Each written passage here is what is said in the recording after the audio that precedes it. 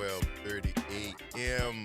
What New Orleans talking about? All day long. I'm your host, Graylin Bryant Banks. And I'm your host, Kimber White Dupree. Hey, y'all. Brother Nyron on the other side of the glass, y'all. Bringing it to you right here on this movie Monday, the 24th day of March, in the year of our Lord, 2025. Thank you for joining us as we begin today's broadcast of the Front Porch from the historic campus of Xavier University, from our studios right here at the foot of the overpass on South Norman C. Francis Parkway. So you know we home. www.wbok1230.com is the address in case you want to stop on by. Please do so. And we'd be glad to see you. Grab yourself a comfortable chair, a mug or tumbler of your favorite Frosty or steamy adult beverage. Mind your manners. Say good morning. Holler at your people and kick it with us for the next 3 hours as we continue to examine this world through a 504 focused scope. And of course, the top ranking way we love to hear from each and every one of y'all is the WBOK 1230 AM talk line. 504-582-9422 is the number right there. Holler at your people. Let us know what's going on. Good morning, Kimber. Morning, Uncle Gray. How you is? I'm okay. Good. Today is, yesterday was my mom's birthday. All right. Happy And- heavenly birthday, Mom. I was very quiet on Okay. yesterday. I never, I know it's coming because I pay Every year. attention to, every year, and I know the dates, but I never really obsess about it coming. Mm-hmm. But there's often a change in my mood regardless of whether or not I know the date or not. I believe that. Yeah. Yeah, I believe that. And you become what, more somber? Uh-huh. Okay. All right. Well, It- you yeah. could do that. And I used to do things or have celebratory things on her birthday, but this year I didn't Mhm. feel like it. So I didn't, but I noticed it was I don't want to do stuff. I don't feel like it. And Yeah. later in the day it was like, oh yeah, it's my mom's birthday. Yeah, no, I get it. I Yeah. get it. You may very well feel like doing it next month. Maybe so. You know, Yeah. it's not the date's good, the remembrance is great, but the celebration happens because that's what I said. I know the people who've always been with me are still with me, Mm-hmm. and I may miss a birthday. Sorry, Daddy. I may miss a birthday, but I talk to you most so than Right, that. I right. talk to you all the time. Right. You know what I'm saying? So yeah. No. Yeah, it's serious business. You know, but no, if that's how you were in that moment, that's okay. Yeah. That's okay. Because the next moment might be, lighter and make you smile. Right. Yeah, Right. it happened. You know, it's fun, dude. You know, my mom tried her best to get me to be Boy, you as stupid. ladylike as she could, and my dad won. Yeah, My it's dad stupid. won. Child, I know your mom is proud, so proud of the masculine woman she raised. Kim. Man, y'all gonna kill me with this masculine, feminine. I heard somebody talking about that this weekend. Oh, really? And it wasn't my conversation. I didn't get in. Okay. I'm not even gonna lie. Okay. I'm not even gonna lie. Just I Say was more there about hustling. that. I'm curious. I was there hustling, and I was in a conversation, and there was a group of people right next to me, but I could hear their conversation, just snippets, Mhm. and it was basically like me and you sitting there. There was I think 2 guys and 3 ladies, and 1 lady and 1 guy were talking about, not arguing, not Just- arguing, just going back and forth. But I heard him say feminine, and which raised my antenna up in my conversation. And then a couple of minutes later, said something about masculine. And I got my paper signed. We talked about what we needed to do, Mhm. and I jetted. But I thought about that. I was like, yes, indeed, man. Y'all just, I'm thinking it's trending. I think I it's think it's always going to trending. be around, and especially now with who we have touting what's supposed to be, what's not supposed to be, And right? and why are we listening to them people? And I guess that's what I go to. That's what I Because go to. because what they are touting and what they are pushing for is Mhm. actually going to impact a lot of people. If you felt your way, you want to call people whatever names you want to call them, that's fine if that's what you do in conversation. But when you have the ability to change laws, if you have the ability to create legislation that's going to impact and also follow through with your opinions, yeah, we going to have to talk about that because there were so many conversations to make things close to fair. And I say close to fair because we have not gotten there yet. But with the conversations of rolling those things back, yeah, Hmm. we kind of gotta have a conversation about it. And with I can respect your view on something that I don't agree with, but Right. I also don't have to tolerate you now that I know your view, Absolutely. That and because like that is where separation. people now are having issue with people drawing lines with them based on how they voted. You voted not for lower egg prices. You voted to allow people who are not white, straight, male, rich, or the benefactors of straight white men who pretend to be Christian, to not be taken care of. And for me, that's I can't be friend we can't be friends. That makes sense. I understand that is your opinion to have. That is your opinion that I respect that you have, but that also with respecting that, respect my requirement of being not in Space. relationship with you. Space. Right. And this thing again, the masculine and feminine, I think is another distraction from this. This thing is strictly about power. White, you said it. You just said it. And anything else is a distraction. These are people who believe that this country should be run by a certain type of white man. And it doesn't matter because even the white men who you thought exhibited that masculinity turned out to be gay. So were they not masculine and feminine? How does it see? Because your whole thing is based on hypocrisy and lies. Hmm. That's why I'm not gonna get caught up in what you determine or try to be is X or Y or Z. Because you don't know what you consider the guy in the White House. Oh yeah, Arnold Palmer had the biggest.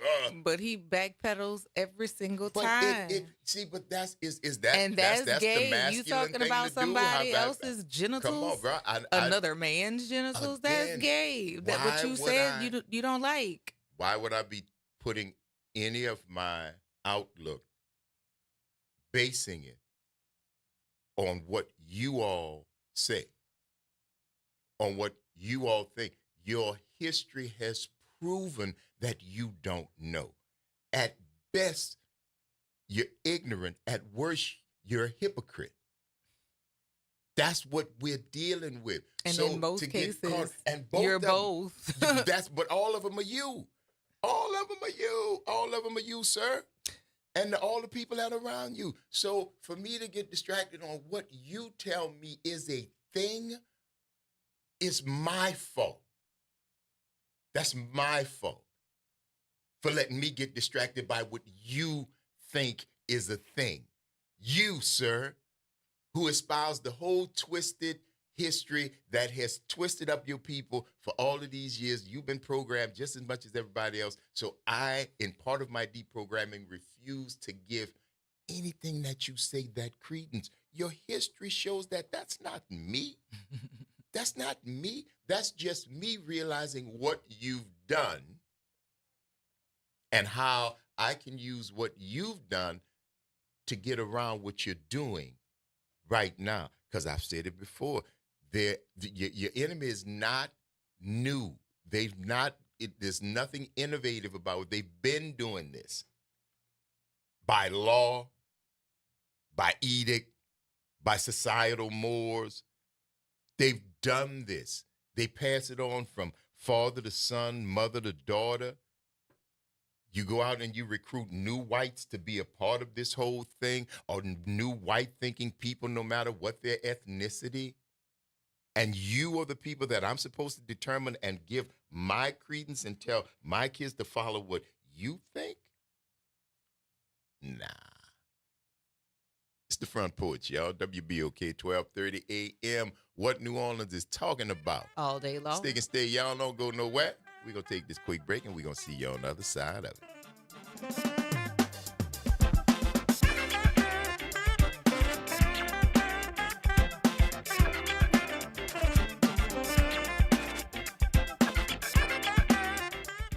Hey, everybody, it's Graylin Bryant Banks. And Kimber White Dupree. From the Front Porch, y'all. You know how we do every Monday. It's Movie Monday. And Tuesday is Trivia Tuesday. And y'all know we have nothing but bad cheering coming through here on Wednesday. But stick with us. On Thursday, we travel. That's right. And Friday's Free Your Mind Friday, so get your brass up. Something on your mind? Want to get it off your chest? Holla at your people. WBOK 1230 AM, the station you listen to all day long. Good morning and happy Friday. I'm Morgan Lentis with WDSU News, and here's a look at today's headlines.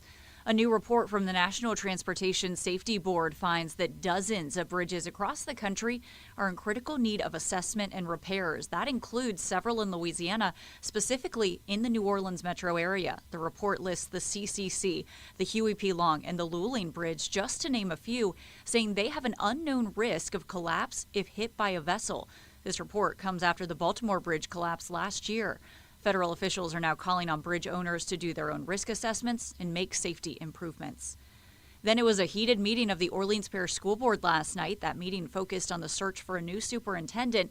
3 finalists were announced: interim superintendent Fatima Fulmore, Sophie B. Rights leader Sharon Clark, and Dedrick Sims. Many in attendance got upset while the board was in an executive session, which lasted more than 2 hours on a school night. And finally, fest season is in full swing in South Louisiana, happening tomorrow, the first annual Bayou Bluegrass Festival. You can stop by the Deutsch House along Bayou St. John from noon to 9 to enjoy plenty of music, food, crafts, and fun for the kiddos. It is $35 to get in, with a portion of proceeds going to the Special Olympics of Louisiana. And that is a look at today's headlines. I'm Morgan Lentis with WDSU News. Have a great day and a better weekend. Hi, this is Cary Grant. Let's elevate every Tuesday through Thursday from 6 to 7 p.m. as we discuss the community, the country, and the world, from politics to current events and sports. We look forward to your input and continuing the quality programming on your community station, WBOK. Join us every Tuesday through Thursday, 6 to 7 p.m. on Elevated Conversations, the Arnie and Cary Show. Do you know what United Way can do for you and your community? Find out by listening to United Way and You every Thursday at noon on WBOK 1230. United Way continues to fight for the most vulnerable members of the community. Find out how this Thursday and every Thursday at noon. Welcome to The Community Scientist. I'm excited to bring you our quarterly review of the latest research. If you live or work in St. James, St. John's, St. Charles, Ascension, Calcasieu, Baton Rouge, or St. Bernard parishes, it's vital that you have access to clear, objective information about lead, hexavalent chromium, and cadmium, and how these substances impact your health and our natural environment. The Community Scientist is a service program of Rise St. James, supported by our dedicated TCS research team. To learn more, visit risestjames.org. Making a difference in the community. WBOK 1230 AM. You're on the Front Porch with WBOK 1230 AM.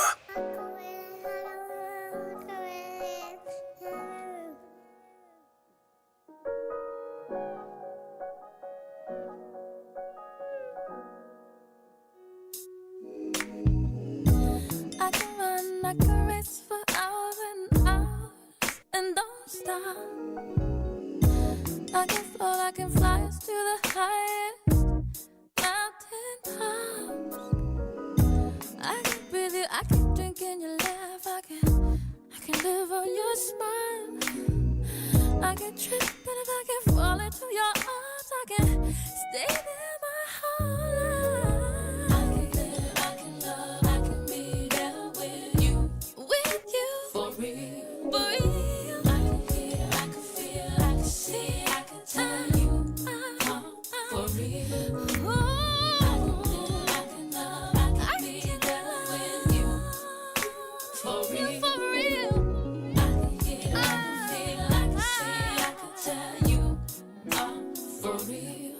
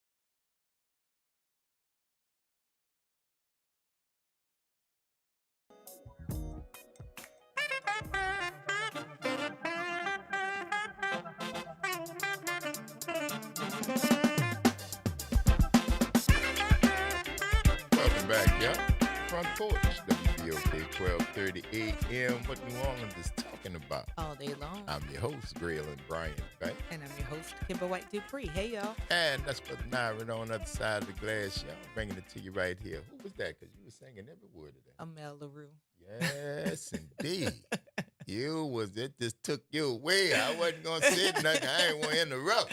Amel LaRue. I used one of her songs in one of my posts, and she liked it on Instagram. So she has a voice that would remind you of a Minnie Riperton, or Okay. or she sings in keys like Mariah Carey, and you don't get a lot of singers that. Or Denise Williams. Yeah, we call them whistle singers. Yeah.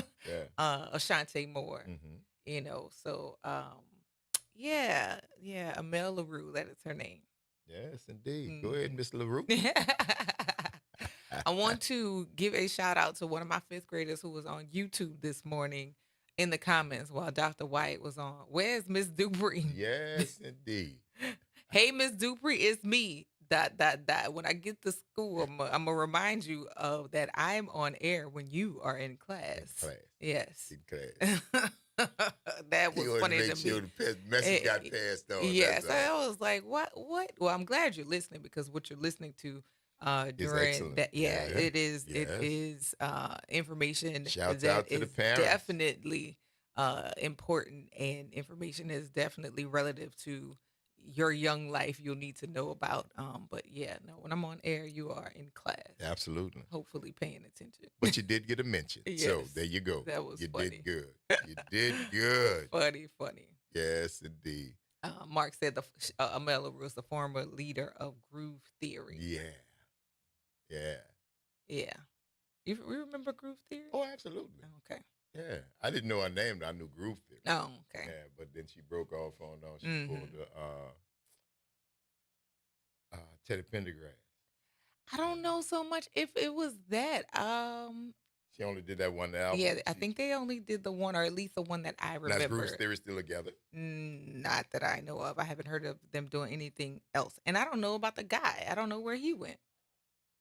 Because it was she and another guy. And let's see. I don't know. But she's done a couple albums.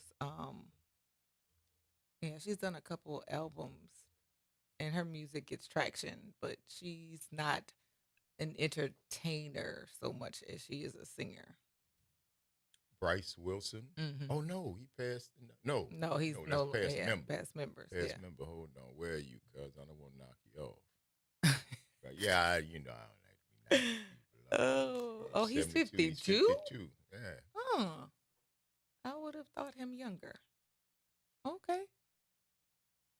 All right. No, wait. Okay, he's a Libra. Let's see when her birthday is. We can see if that was the clash. All right. Let's go back to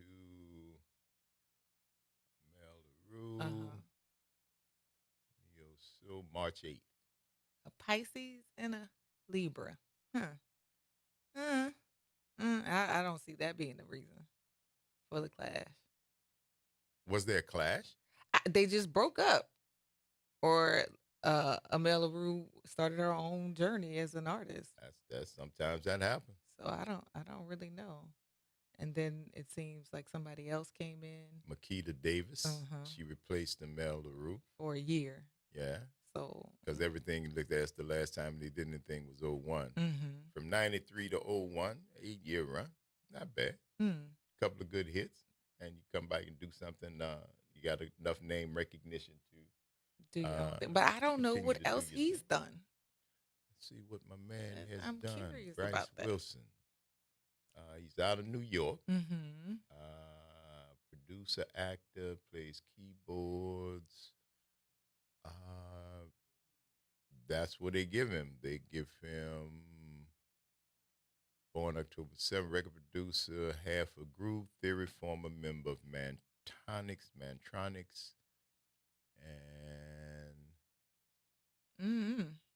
Dreaming of Reggae, Jamaica. Nope.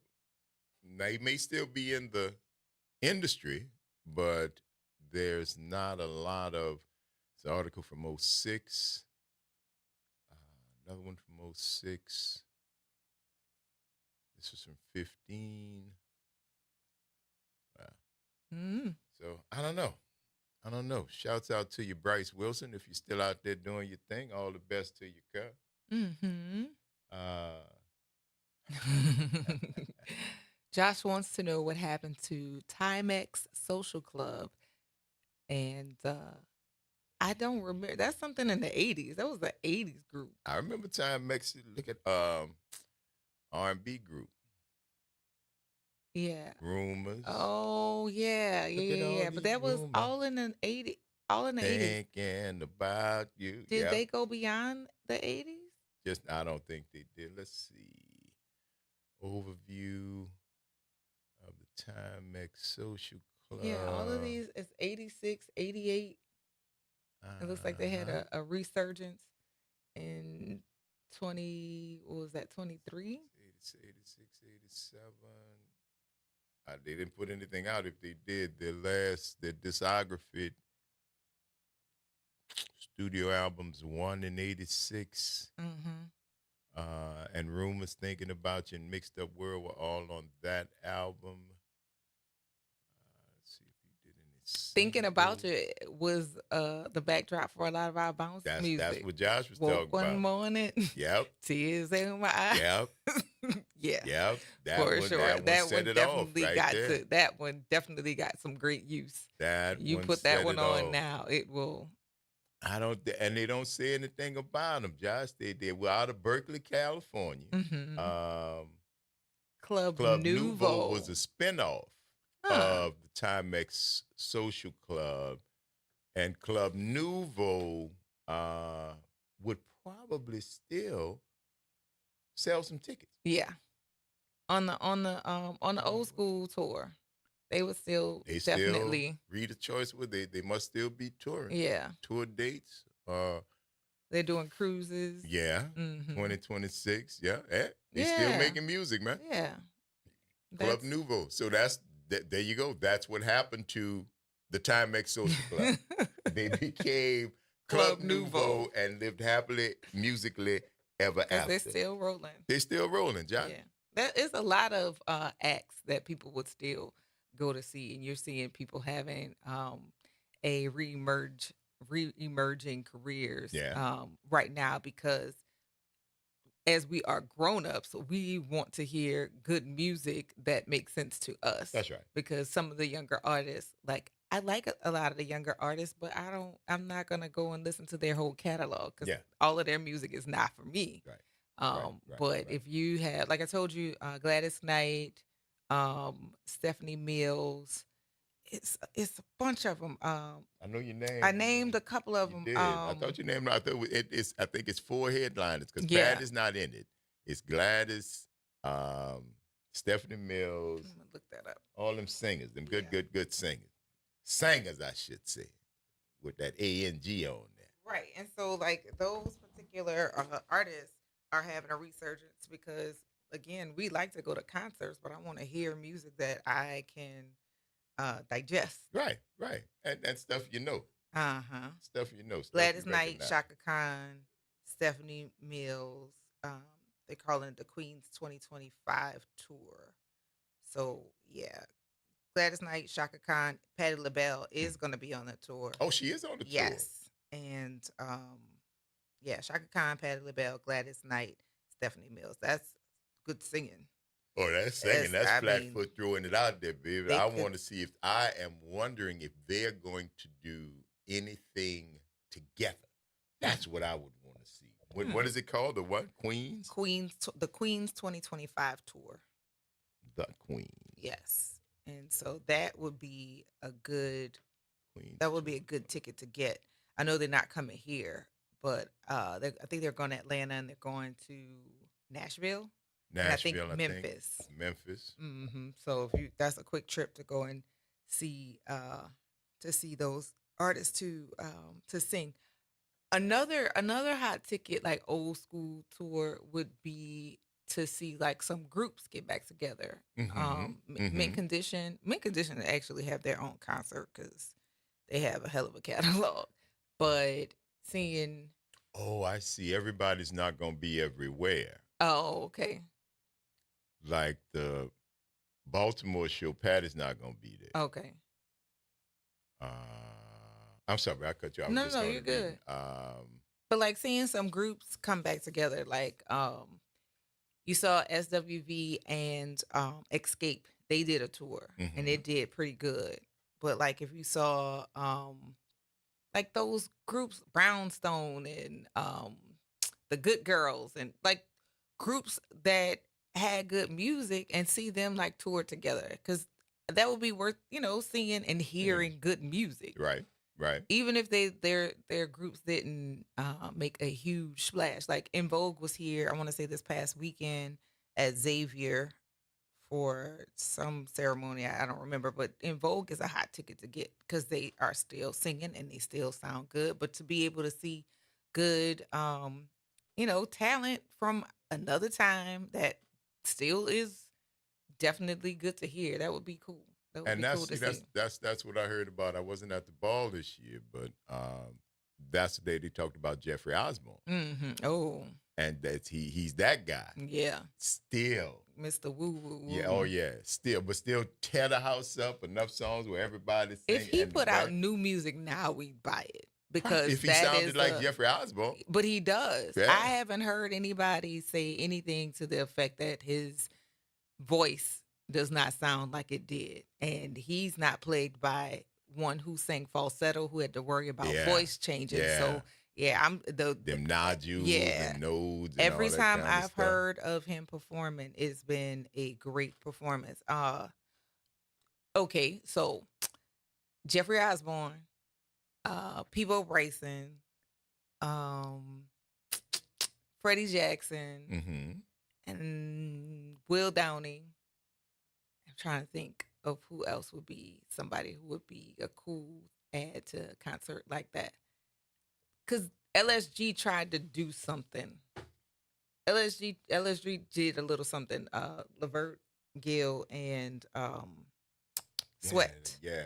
They did. So it was cute for them, but other than Johnny Gill, I don't know that we leaned into Keith Sweat like that for his voice. I don't. No, I don't. I don't. I like hearing his voice on the radio. He has a great speaking voice. It's curious to me why he used that to sing instead of that. It worked. That heavy voice that he has on the radio. So it worked. He sold plenty of music, and I'm not hating on my man because again. Oh, LB Shore would be cool to add to. Oh, okay. Yeah. Now he's still playing. He can still sing. I don't know. I don't know about. He'd been ill for a while. Oh no. Yeah, he had been in a coma. Yeah, he had some. Yeah, and he rumored, or it was rumored that he suspected that that Diddy had something to do with him being ill. It was a whole thing. But Lord. yeah, he catching it, coming and going. Damn, did it?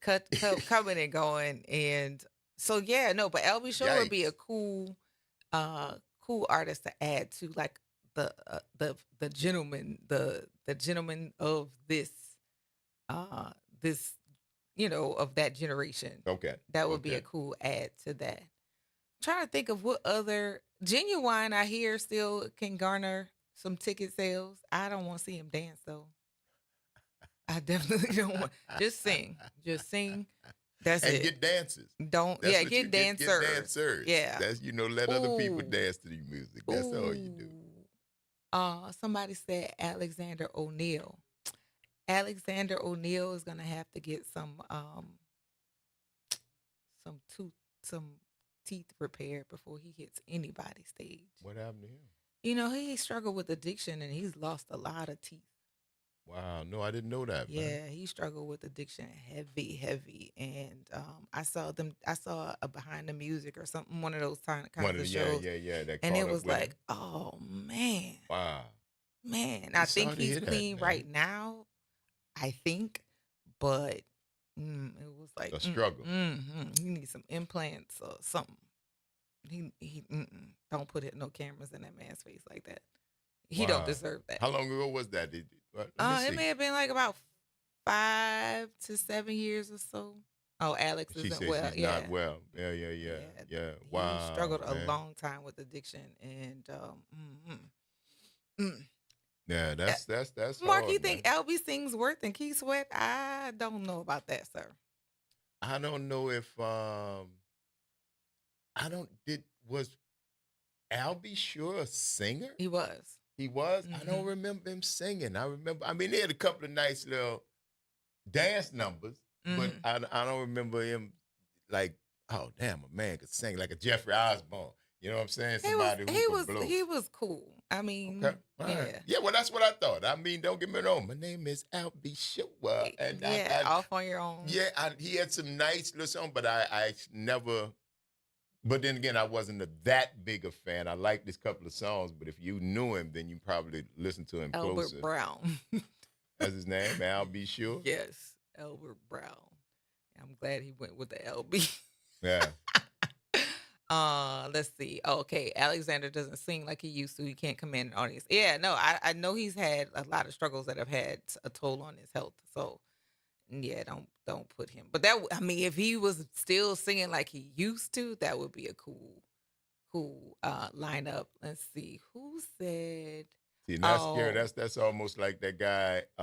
You remember a few years back, the guy who they were talking to on the side of the road. He was begging, and then they heard his voice. Yes, The guy- he was a he was broadcaster news or something. Yeah, broadcaster, and then that little burst of fame made him famous, gave him enough money, and he got right back into what he did before because he had never cured his addiction. Right. That's the scary part about comebacks. Mhm. You know what I'm saying? If and especially in like Alexander O'Neal's case, if you've been struggling that hard Yeah, to come back and then all of a sudden somebody put a big some check, money in it's, your- oh yeah. my God. that just fused the addiction. Yes. Monty Slinger said, "I would love to see Denise Williams make a strong comeback."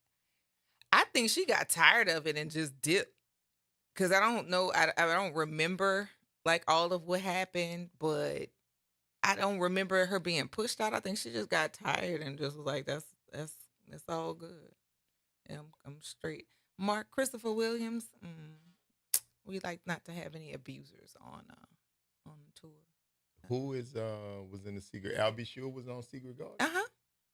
Yep, he definitely was on All right. on the back. Was that Back on the Block? Was that the? I think that was the Back on the Block Album? album. Yeah, I think so. We gonna check, y'all. It's the Front Porch, WBOK 1230 AM. What New Orleans is talking about. all day long. Don't go nowhere, y'all. Stay with us. We gonna see you on the other side of the break. Hold on, callers. We see you.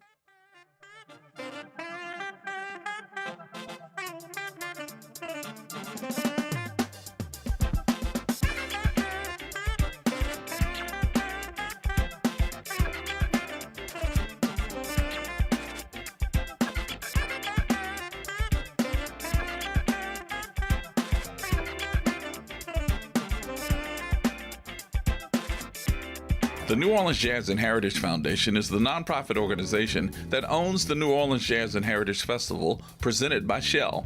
With the funds generated from Jazz Fest, the foundation invests in Louisiana communities through economic development, cultural enrichment, and free educational programs. To learn more about the New Orleans Jazz and Heritage Foundation, please visit us at www.jazzandheritage.org. Visit DePaul's new Algiers Health Center at 2801 General de Gaulle Drive to receive primary and preventive care for both adults and children. Services also include behavioral health, imaging, and on-site pharmacy, vision, Medicaid enrollment assistance, and more. For appointments, visit DePaulCommunityHealthCenters.org or call 504-207-3060. You're on the Front Porch with WBOK 1230 AM.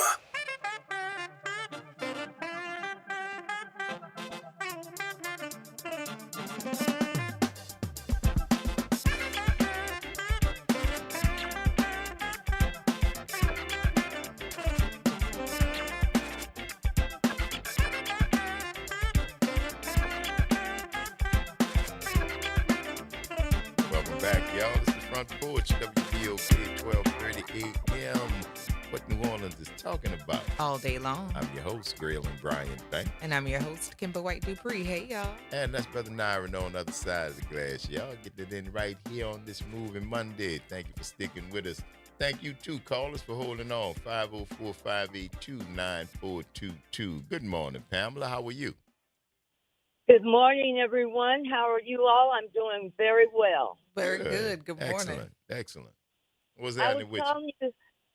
calling to tell you guys, I went looking for you guys the other day, and I got there too late. You were gone. But I did try the car simulator.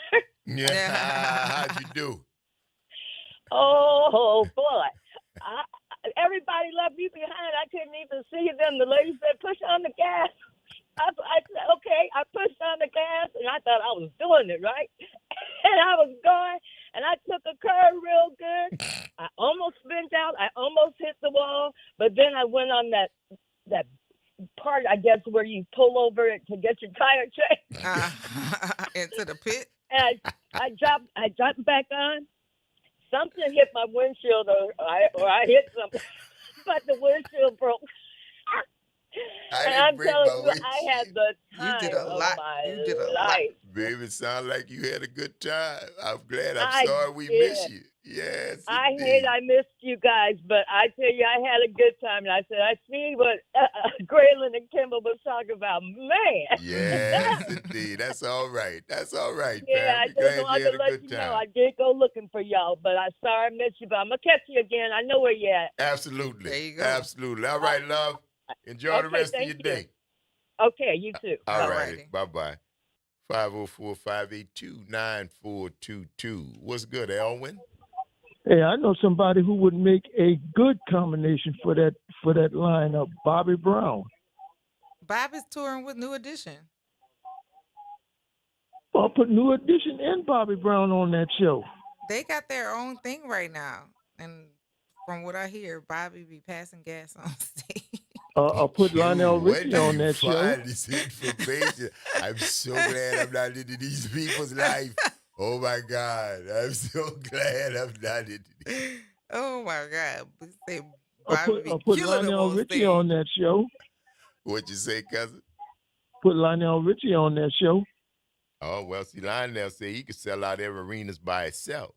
He don't need to be on no show. Didn't he recently say that? Oh, but he's right. I mean, he's Lionel. He recently said that. Dude, he could. He one of the few that could. Yeah. He is, and he's one of the few that could. He put together Okay. one hell of a band and put in one of them big concert grand pianos out there and the microphone. They'd back him up, and he could do 2 hours, man, easily with nothing but I hits. tell you what, he's a good entertainer because I went to the concert in Little Rock with the Pointer Sisters, and I checked him out when he came to the Dome a couple of years back. And I tell you what, he's a good entertainer. I don't doubt it. I think he's one of the few that could just be on the tour by himself. One thing about sell he's it out. old school. He's old school. He Lionel Richie. Yeah, it's old school. I Now let me tell you. Go ahead. See, Lionel Richie. That one he's beyond. He Lionel Richie, man. I don't know Right. how people really feel about him. Josh said people walked off on him when he came to Essence. Big Was it something problem. he had said? I don't know. I don't know how people feel about him. I mean, talent, he is not lacking, but I don't know. I don't know how people are feeling about Lionel these days. I don't know if it's something he did. It's just because he hasn't made in the records. I'm talking about hits. That's what we were talking Right, about. the music- The music yeah. is there. I don't know anything else, about what he does, but that would be the thing for me. I'd go see Lionel Richie. I didn't see him at Essence. I mean, I would run. I'll come pick you up, and we'll go see Lionel Richie together. Yeah, there you go. I like Graylin that. Brian Banks. Bruh, you can't threaten me with a good time, boss. You understand? Yes, indeed. How was your weekend, man? My weekend was fine. I called y'all Friday, but y'all had trouble with the phone. We were weren't out. here. We were out. We were on site, man. You should have drove over there and saw it. I ran out of gas. Oh, I understand. That ain't the first time that's happened to you, bro. Anyway, I called to tell you this. I'm going to go in on the 15th or the 16th to have the surgery done. Okay. It's going to be one of the days the doctors have to get with another doctor and talk it over with him. All right. And they're going to let me know about it. Look, when this is over, I think I'm gonna start going crazy because I'm gonna have so much of a good time after that. That ain't gonna be no long trip though. Huh? that ain't gonna take. That's like from walking from the living room to the kitchen. Oh boy. And I was listening to Denise Williams and a couple of other people this weekend. I was listening to Martha Reeves and the Vandellas. And the Vandellas, yes. Old Motown, you reached far. That's early Motown there. I know, man. I go way back with Heat Wave, boy. Martha Reeves and the Vandellas. You took a journey. Yes, indeed. Early Motown. Early Motown, yeah. I mean, I was listening to them this weekend, and I enjoyed myself listening to them, and I had a nice time. Good. But I'll go in on the 15th or the 16th. The doctor he's got to get with another doctor. Okay. And they gotta go in there and take this thing out, man, and put another one in. Hey, bro, more so than anything, man, I like where your head at, cuz. You sound strong, sound like you're ready to get it done. You sound positive about it.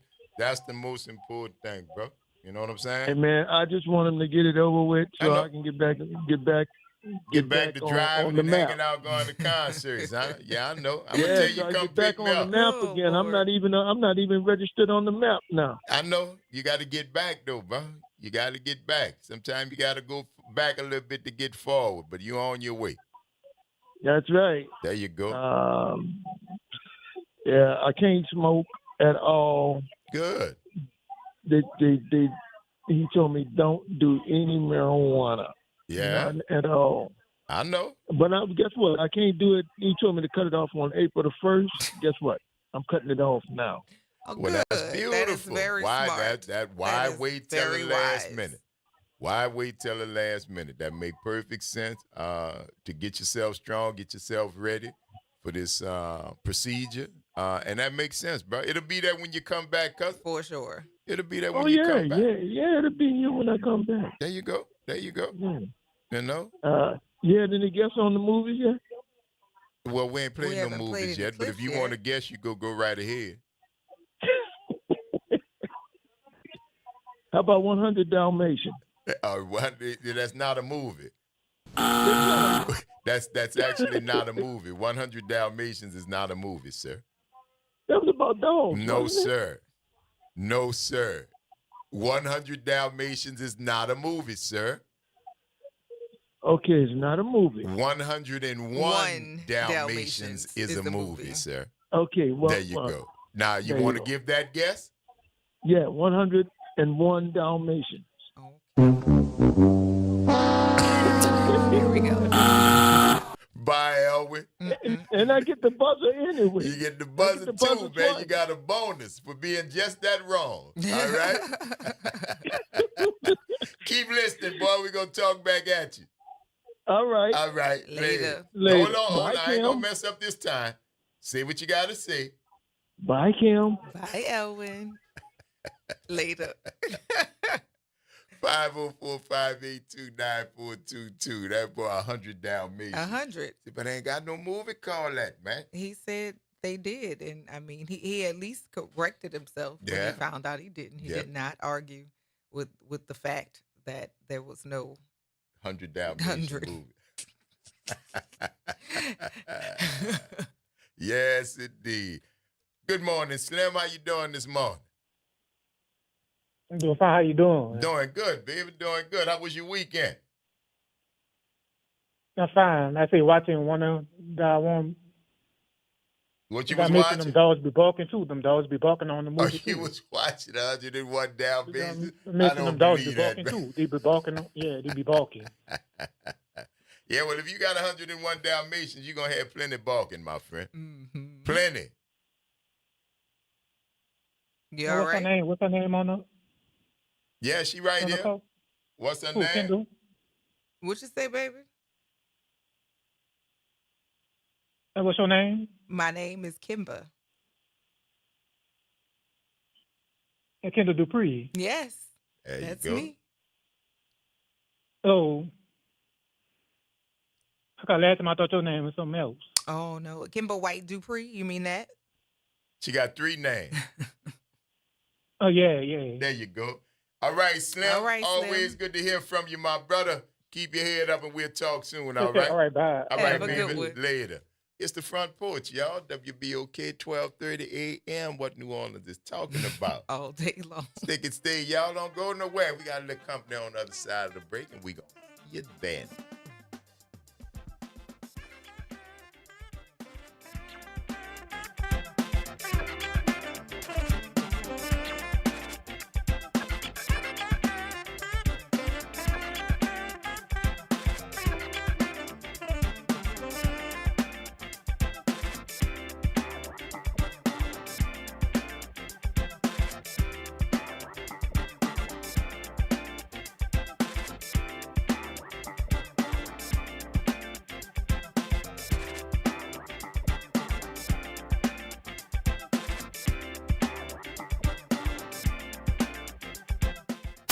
From the campus of Xavier University, WBOK 1230 AM, Go, and Equity Media Station. This news report is brought to you by New Schools for New Orleans. I'm Bree Wood with 4 things you should know with BIN News. Canada's new Prime Minister Mark Carney has called for a snap election on April 28 to address U.S. trade war issues. Carney, who replaced Justin Trudeau, seeks a strong mandate to respond to Trump's tariffs and economic threats. Pope Francis, 88, returned to the Vatican after being released from the hospital. He made his first public appearance in over 5 weeks, waving and thanking crowds from a balcony at Rome's Gemelli Hospital. This week in business, Monday is quiet for economic reports. However, Tuesday features consumer confidence, new home sales, and the Case-Shiller Home Price Index. Thursday brings the second GDP revision, weekly jobless claims, and pending home sales numbers. And Disney's Snow White topped the box office with $43 million in its debut. Black Bag followed with $4.4 million, and Captain America: Brave New World starring Anthony Mackie took third with $4.3 million. Get BIN News on demand 24/7 on the iHeartRadio app. Attention New Orleans educators. Are you ready to transform literacy education in your school? The 2025 Literacy Leader Cohort is a 2-year program designed to empower middle and high school leaders with cutting-edge science of reading training, coaching support, expert-led workshops, and earn a $3,000 stipend. Apply by March 21st to lead the way in reshaping literacy for our city students. Don't miss this chance to grow and make a lasting impact. Visit newschoolsneworleans.org to apply and learn more. You're on the Front Porch with WBOK 1230 AM.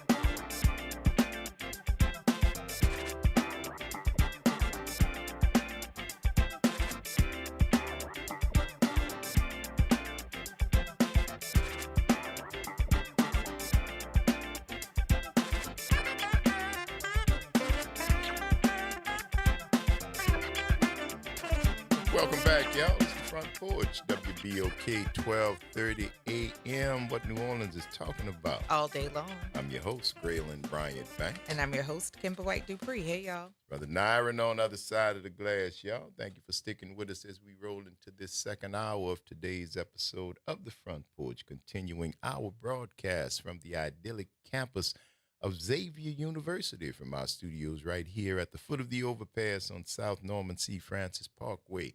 www.wbok1230.com is the address. If you want to stop on by, please do so. Or give us a call. Hit us up on the talk line. 504-582-9422 is the number. And we're going to get back to our conversation in a little while. But as I told y'all before we go into the break, we're going to have us a little company, Kimber. Yes. We got a little company on the front porch right now. And we'd like to take a moment to welcome via telephone Charlotte Steele. And she is the director of the Edible Schoolyard New Orleans to talk about an edible evening benefiting Edible Schoolyard New Orleans this Thursday, March 27th. Good morning, Charlotte Steele, and welcome to the Front Porch. Good morning, y'all. Thank you so much. Absolutely. It's a pleasure to have you here. So before we start diving into the Edible Schoolyard and what the success and what the desires of continued providing the opportunity of the Edible Schoolyard is, would you tell us a little bit about your role and who you are? Tell us a bit about yourself. Absolutely. My name is Charlotte Steele. I'm the director of Edible Schoolyard. We are a signature program of First Line schools here in New Orleans. We have 4 gardens and 2 teaching kitchens in our 4 schools across the city. We teach kids to make healthy connections through food and the natural world. So students learn gardening and cooking skills. We integrate academic topics and create opportunities for social emotional learning in those classes, and just experience a lot of joy and happiness that nature and eating delicious food has to offer. I like the sound of that. I like the sound. But you guys have, I didn't realize that. You said 4 kitchens? We have 4 school gardens and 2 teaching kitchens. 2 teaching kitchens. So 4 gardens and 2 teaching kitchens. Wow, so you are actually taking literally farm to table to the classroom. We sure are, yeah. Just like kids go to PE and music, they come to garden or kitchen class. Wow. Yes, and so I'm familiar with the edible garden. I know that First Line has had several different gardens across their schools that are under their charter management organization. And what is the goal this year for the edible or an edible evening with the benefit that's going to be coming up on March 27th? So Edible Evening is our annual garden party under the stars to benefit Edible Schoolyard. And it's a really unique event, first and foremost, because of all of the delicious food. We know food is a vehicle for the work that we do with our students, but it's also just a great unifier of our community. And we're going to have over 20 restaurants at Samuel J. Green Charter School this coming Thursday. They'll each be serving up a signature dish. Restaurants like Pizza Delicious, Addis, New Orleans, Two Brothers, One Love, Mr. Mao, some of which who have been coming to the event for over 10 years. Wow. And then we'll have open bar with Presqu'île Wines, Cajun Fire Brewing Companies coming out, Parlo Beer Labs, and then we'll have a number of signature cocktails as well. So with ticket admission, you get access to unlimited food and drink, and you also get to experience our largest school garden that is in full bloom right now. I'm looking out at all the flowers. It's absolutely gorgeous out there. So with the edible kitchen, I have a couple questions. Are there particular things that are grown at certain times of the years, or is there a certain focus to tie in the lessons from math and science with the students through this edible garden? Yeah, so typically when we work with different crops, we'll work with the seasons. So in the fall, we grow a bunch of sweet potatoes. We'll make sweet potato pie, sweet potato fries, sweet potato hash. We also grow roselle hibiscus. We love to make tea with that. In the winter time, we have a lot of greens, kale, citrus. We celebrate Citrus Day. And then in the spring, of course, like sugar snap peas, carrots, radishes, and strawberries. So we kind of work our way through the seasons one food at a time. And then there's a lot of opportunities for science integration in the garden, learning about habitats, life cycles, and fraction practice in the kitchen with measuring. Yes, absolutely. I was hoping you're going to touch a little bit more about the co-curricular or the cross-curricular opportunities with the edible schoolyard and with the cooking classrooms. So you said there are four, no, there are two kitchens. Where are those two kitchens located? What sites? So the kitchens are at Samuel J. Green here where the party will be held. So part of the party will be in the teaching kitchen. We'll have a little market table set up with goods that the kids have made. And then we have another kitchen at Arthur Ashe Charter School in Gentilly. And that culinary programming, our primary academic focus is, of course, fractions, but then kids also become proficient in knife skills, balancing flavors and textures in a dish, and their experience culminates with an Iron Chef competition between groups of students. That's pretty cool. That's pretty cool. And what age group are the children permitted to start the curriculum of the edible schoolyard? So it's a little bit different at every school. At Ash, we have lower schoolers going to garden class, middle schoolers to kitchen. At Green, kindergarten through 8th grade goes to both. And then at Langston Hughes Academy and Phyllis Wheatley, our kindergarten through 4th graders experience garden class. There's no kitchens there, but we do like some outdoor cooking on butane burners. Okay. So everybody's getting the opportunity to participate in what they consume and also being able to put together and seeing what's going into some of the foods that they're eating. Exactly. Which is a big, I guess, contrast because a lot of kids like a lot of junk food. How do you all keep the junk food away while you're on campus if you are working in the garden and kitchen and having opportunities for them to experience their foods? How does that present a challenge, or does it present a challenge for keeping the junk food out of their hands? Oh, that's a great question. I mean, junk food is everywhere. I think really what we're trying to do is just expose students to all different kinds of foods. Kids eat things that they know and love in our classes as well as try new things. And we're really just trying to cultivate this bravery and willingness to try new food, especially when it's something you've grown or something you've helped prepare. We typically collect data around how many students try dishes like sauteed kale all the way to strawberry shortcake. We cook a variety of stuff, and typically it doesn't matter what we make. More than 90% of kids will try it because they feel connected to it in some way. Wow, that makes sense. That makes sense. Charlotte, now we're going to talk about the edible evening, the one that's coming up, but you have kicked over an ant pile here with this whole idea about this Iron Chef competition with the kids. How does that work? Is that open to the public? Is that another fundraiser? Because you're going to have to come back on the front porch when that happens. I'm we really get some curious. Judges from the front porch.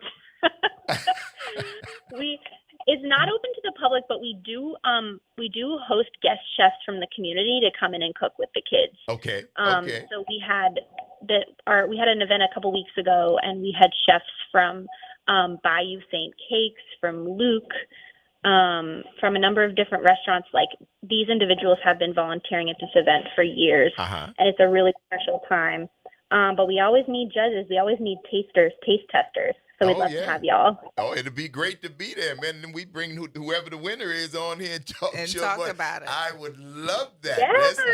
I would love that. That would be great. Please keep us in mind. Now, now that we've put that shameless plug in for the Iron Chef, let's talk about what's going on Thursday, March 27th. Tell the folks all about an edible evening. I know you're going to be uptown at the Samuel J. Green campus on Valance Street. Tell them what they can expect if they come up to an edible evening. So if you're a food lover, this is an event that you do not want to miss.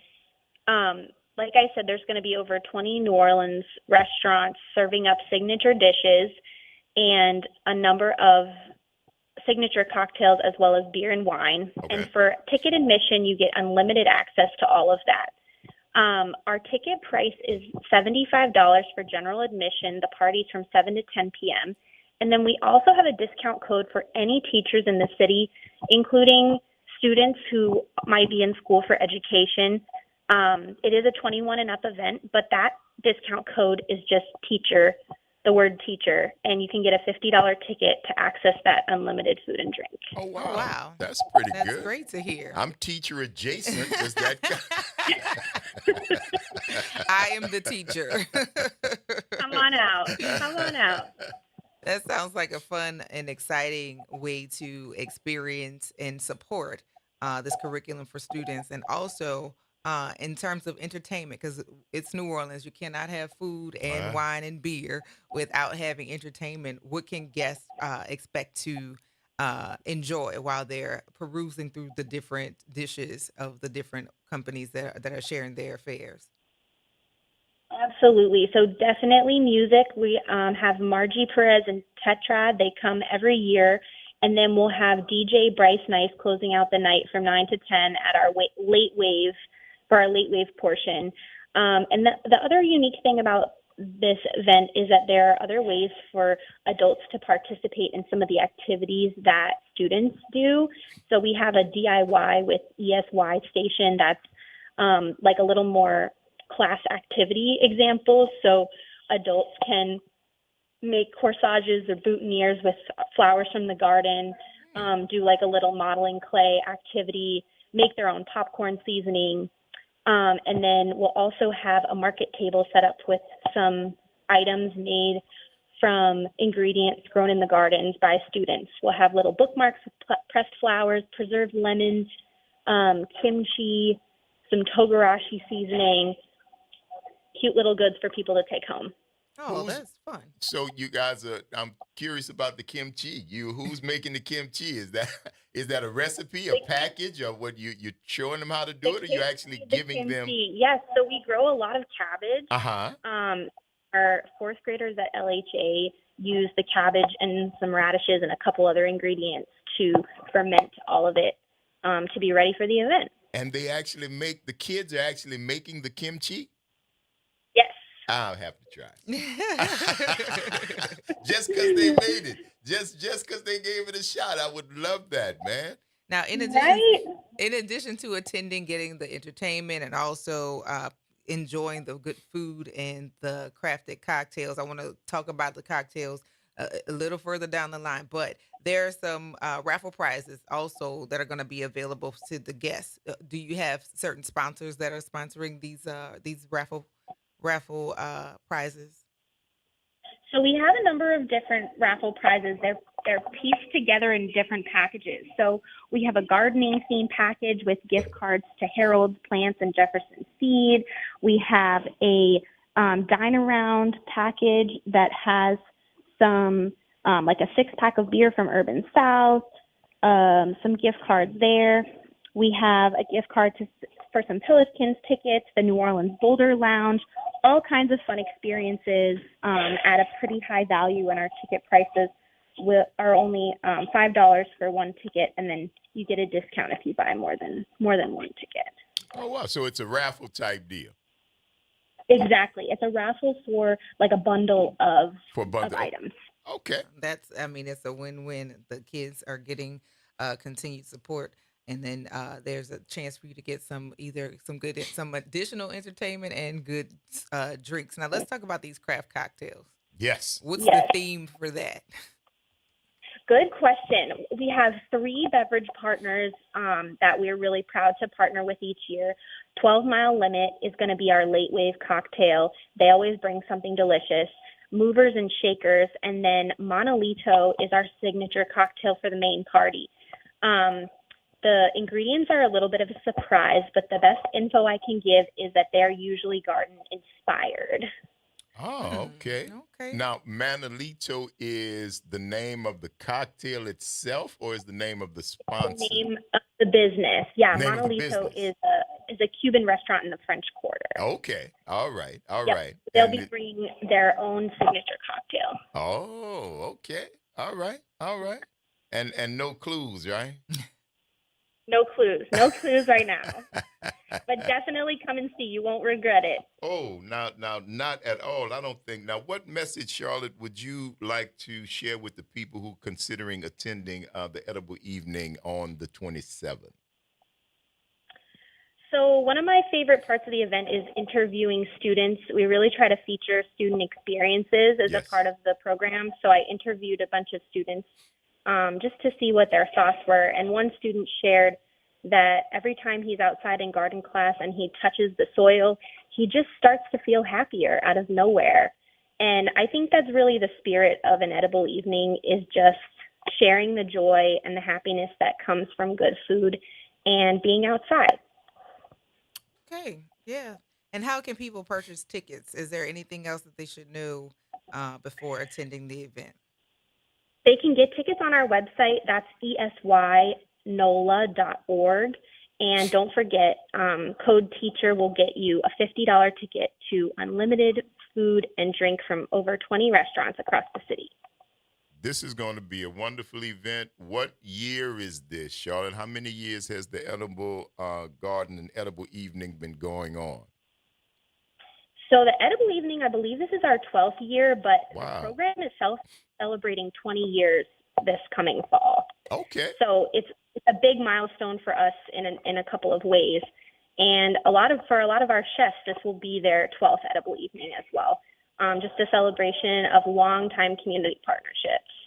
Wow. Now that is saying something. That is, if they've been there, if that was from the first Edible Evening up until now, that is really a testament to what you guys are doing with this event. And all the best to you. Thank you. I know you are busy right now because when you put these types of events together, you know, it's like putting out small fires all day. You know, we get it. And we wanted to tell you thank you so much for taking the time out of your busy day to come here on the Front Porch with us and let us know what's going on. And we're very serious about that Iron Chef competition. If you need judges, Kimber and I would be more than happy to come there and report And back to the serve, Front yes. Porch and let them know exactly what our young people are doing in At the kitchen. Yes, in the garden and in the kitchen. Yes, yes. Awesome. Thank you both so much. Absolutely. Charlotte Steele, director of the Edible Schoolyard, New Orleans. Thank you so much. The event is an Edible Evening, Thursday, March 27th. And that website to purchase tickets one more time is esynola.org. esynola.org for tickets and more information. Thank you so much, Charlotte. We'll talk to you soon. You enjoy the rest of your day. Talk to you soon. Thanks again. All right. Bye-bye. It's the Front Porch, y'all. WBOK 1230 AM, what New Orleans is talking about. All day long. Stick and stay. Y'all don't go nowhere. We're going to take this quick break, and we're going to see you on the other side of it.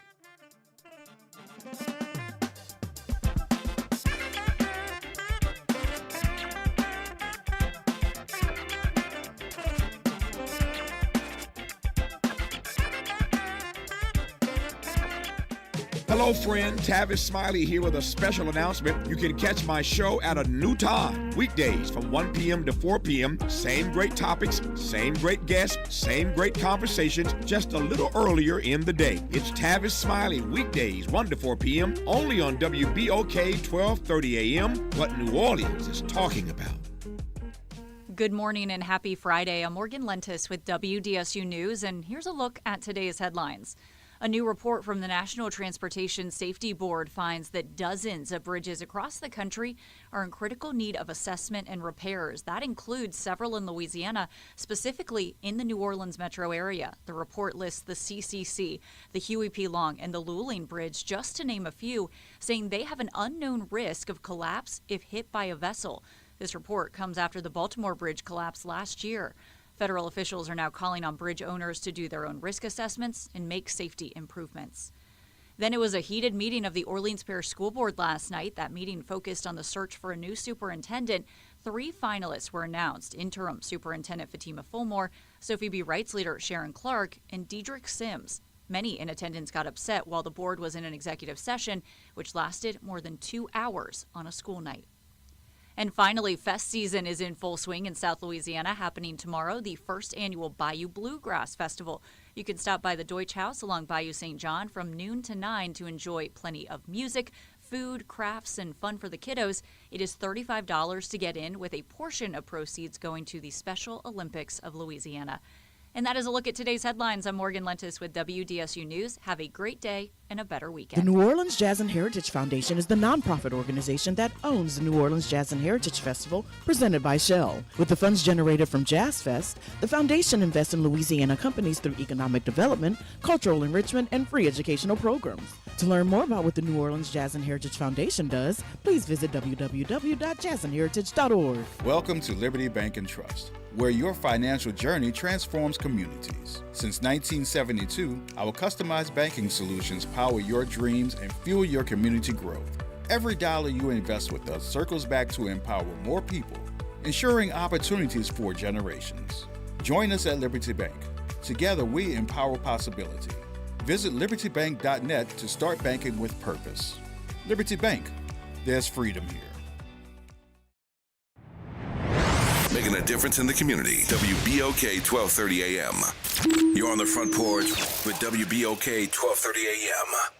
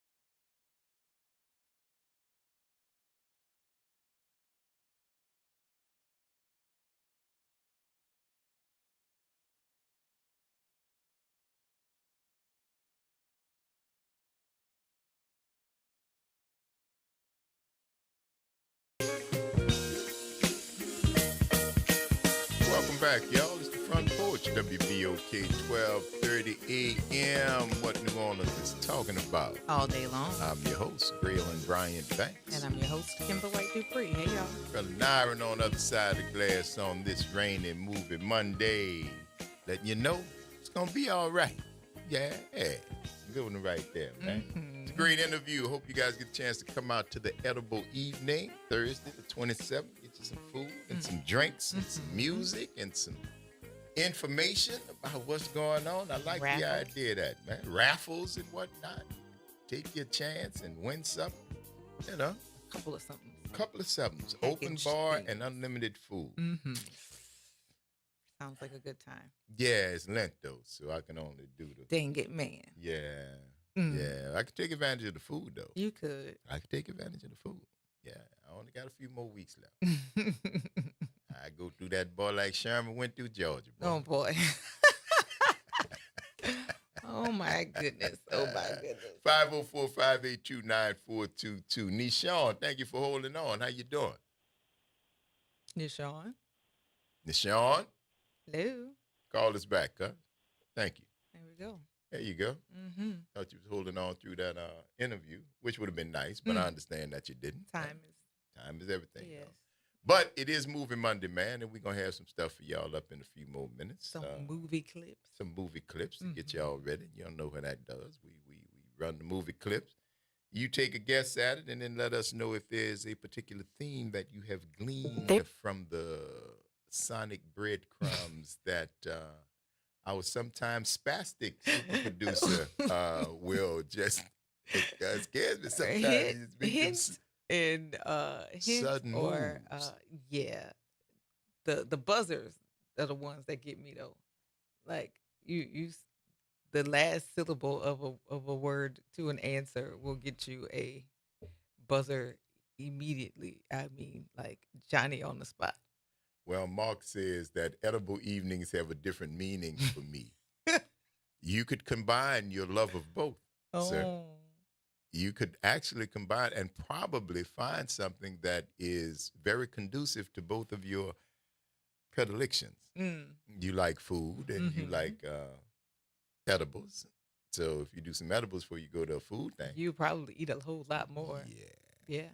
And there's an open bar. So it does. There is such a thing. There you go. There you go. May very well be weird. Some great restaurants, I do have to admit, recognize Addis, Nola, and Blue Oak, and several other places, Manolitos, the Cuban place in the quarter. So should be nice, man. Sounds like fun. Yes, it does. Sounds like a fun night. Yes, it does. I think we are ready, sir. We have a clip that is queued up and ready as we aforementioned Movie Monday. You know the way it goes. We about to play a clip. You listen, recognize the clip. 504-582-9422 is the number. You call us, and if you're really good, you can give us the theme after one movie. If not, continue to listen. Collect the sonic breadcrumbs that have been dropped for you until you get a cognizant picture of what our theme is. Now, the first one is about to come up, and if you like to hear it, you better listen close, because here it goes.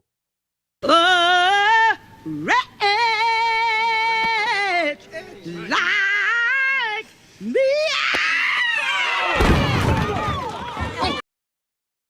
Amen. Well.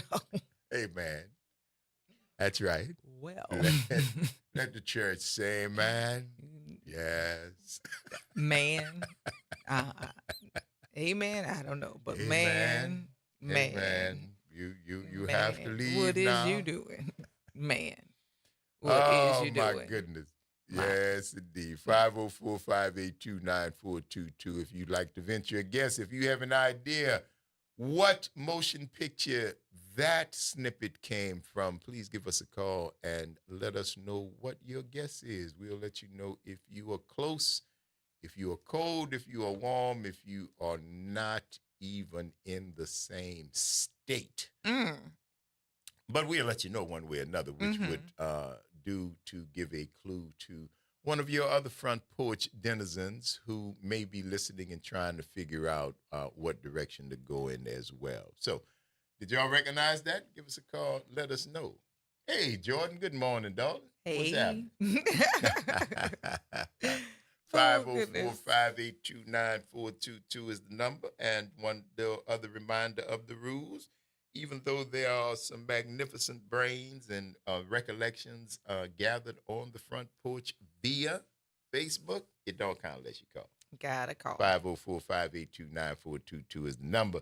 You got to give us a call. We have to hear the mellifluous, dulcet tones of your voice in order for us to count it. All right? Good morning, DiCaprio. How you doing, sir?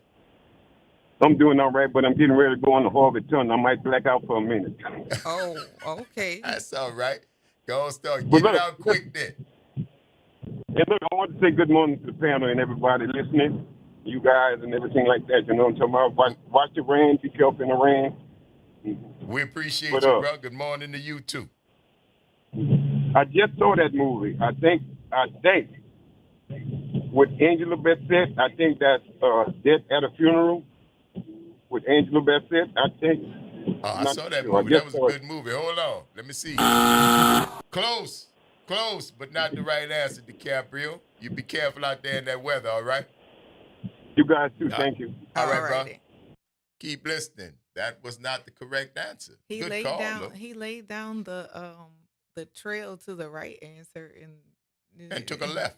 Yeah. Yeah, you got all the way there and then took a left. Yeah. But it's okay. These things happen. Mm. That's why we're here. We promise we ain't going nowhere till noon. So you could take the left, the right, U-turn. You can come back and forth, do whatever you want, because we're going to be here to listen and get your answers. All you got to do is give us a call. Mm-hmm. Y'all heard that. And my man said, I just saw that movie. Mm-hmm. There you go. 504-582-9422. More guesses.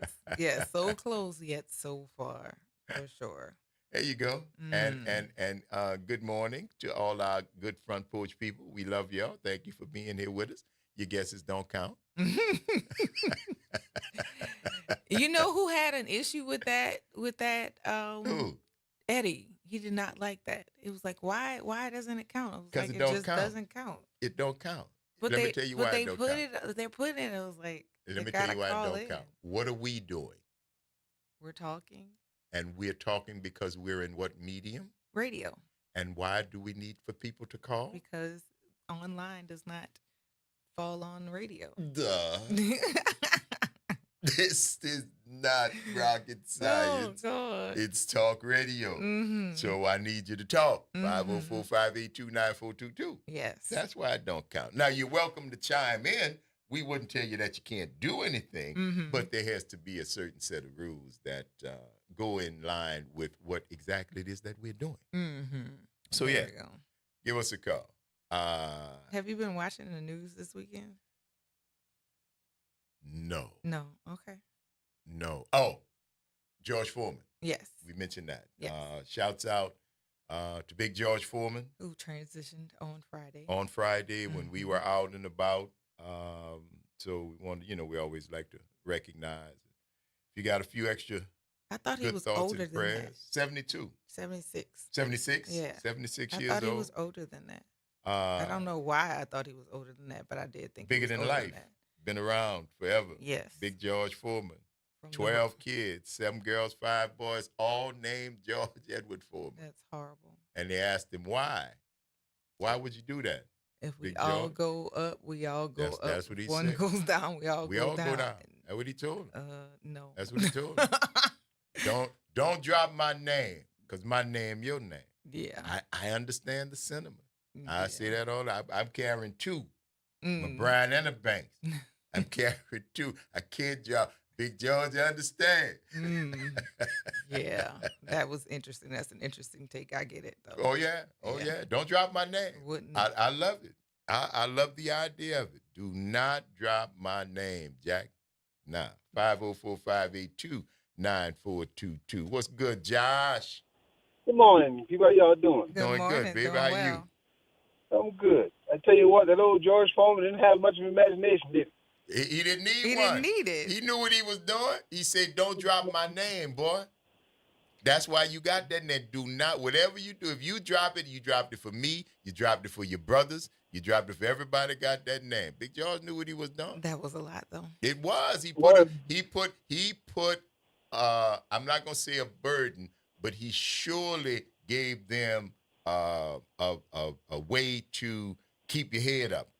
Don't fall. I kinda like it. I don't know about that. Yeah. No. Legacy is one thing, is one way to look at it, but also I think it's narcissistic. He just made that as an excuse. I think he did, but I see that twice, maybe 5 boys. That was not an accident. That was thought out. Agree with him or disagree with him. It was not an accident. Yeah, it was not. It was a bit much. It was because he wanted to do exactly what he did. He had a method. He had a plan. I see people don't agree with it, but I understand, Big Joe. It's a bit self-centered. I give George credit for this. He had one of the coldest pivots ever, bro. Yes, he did. Oh, that pivot from boxing to that George Foreman grill. Yeah, he did. That was a good pivot. Oh, that was a hell of a pivot. Yes, absolutely. And a very lucrative. So all them boys glad to be named Joe. You know it's bad when they start cooking crack. When they start cooking crack in your stuff, you know what I mentioned? Were they? I did. Josh, you have a lot of crack references. I've never heard of that. I didn't. I heard about a crack dealer. I've heard about a lot of things crack related. Never with the George Foreman. Yeah. Not doubting it because of the innovation in the hood is nothing ever to be snuffed at. Because never. If it is possible, they can do it. I've never heard of it, but I would not say it couldn't be done. The boys had nothing but time, Kimber. They did it. All But, right. I believe it. Movie I'm ashamed to say I've seen before. That's Meet the Browns. They threw that with Jennifer Lewis in that grave. I only watched it because of Angela Bassett. She was in it. Huh? I said Angela Bassett was in it. They kept trying to say that wasn't their sister. I only watched it because of that. Oh. I understand. You got good taste, young man. That makes sense. You got good taste. Never not look good. And what was that other guy, Rick somebody? Rick, the basketball player. Wasn't he in it too? Rick, he was in it. The one that was married to Vanessa Williams. Rick Fox? There you go. Rick Fox. I've heard him find some pretty dude to play in the movie. He always find a pretty dude to play in his movie. It's always some light-skinned savior if you pay attention to it. He's the savior. He's going to be the light-skinned savior. Mm-hmm. How you made Blair Underwood a monster, sir? Shame on you. Well, He's played other terrible parts as well. I don't see, but he was pretty good and set it off. He's a good guy and set it off. But he's played some awful roles as well, though.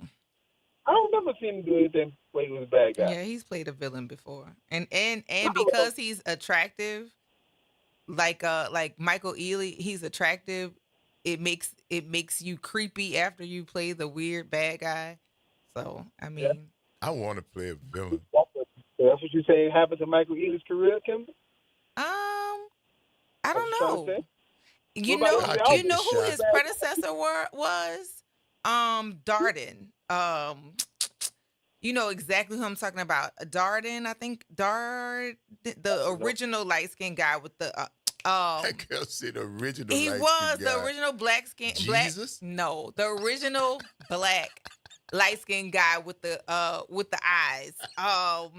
He was a heroin addict. You know what I'm talking about? Heroin Jimmy. Oh Lord, have mercy. Shaka Zulu from Shazaa from Different World. Him. He was the original light-skinned savior. Weird guy. And then you don't remember Shazaa, something like that? It was Freddie's boyfriend, the one with the locks. Telling you he was out in these clubs. They got time to watch no Different World.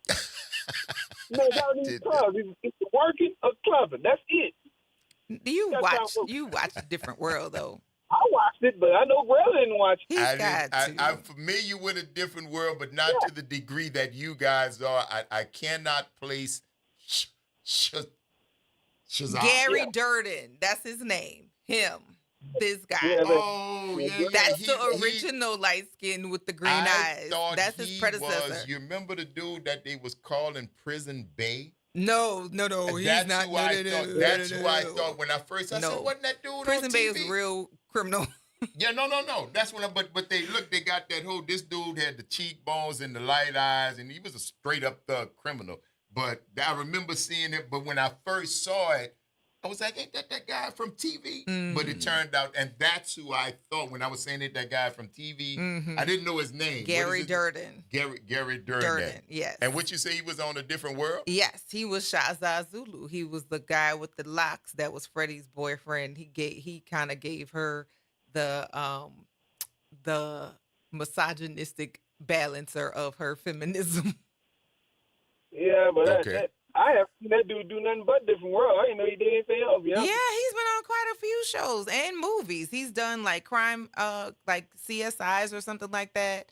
And then he's also been in what was the name of this show?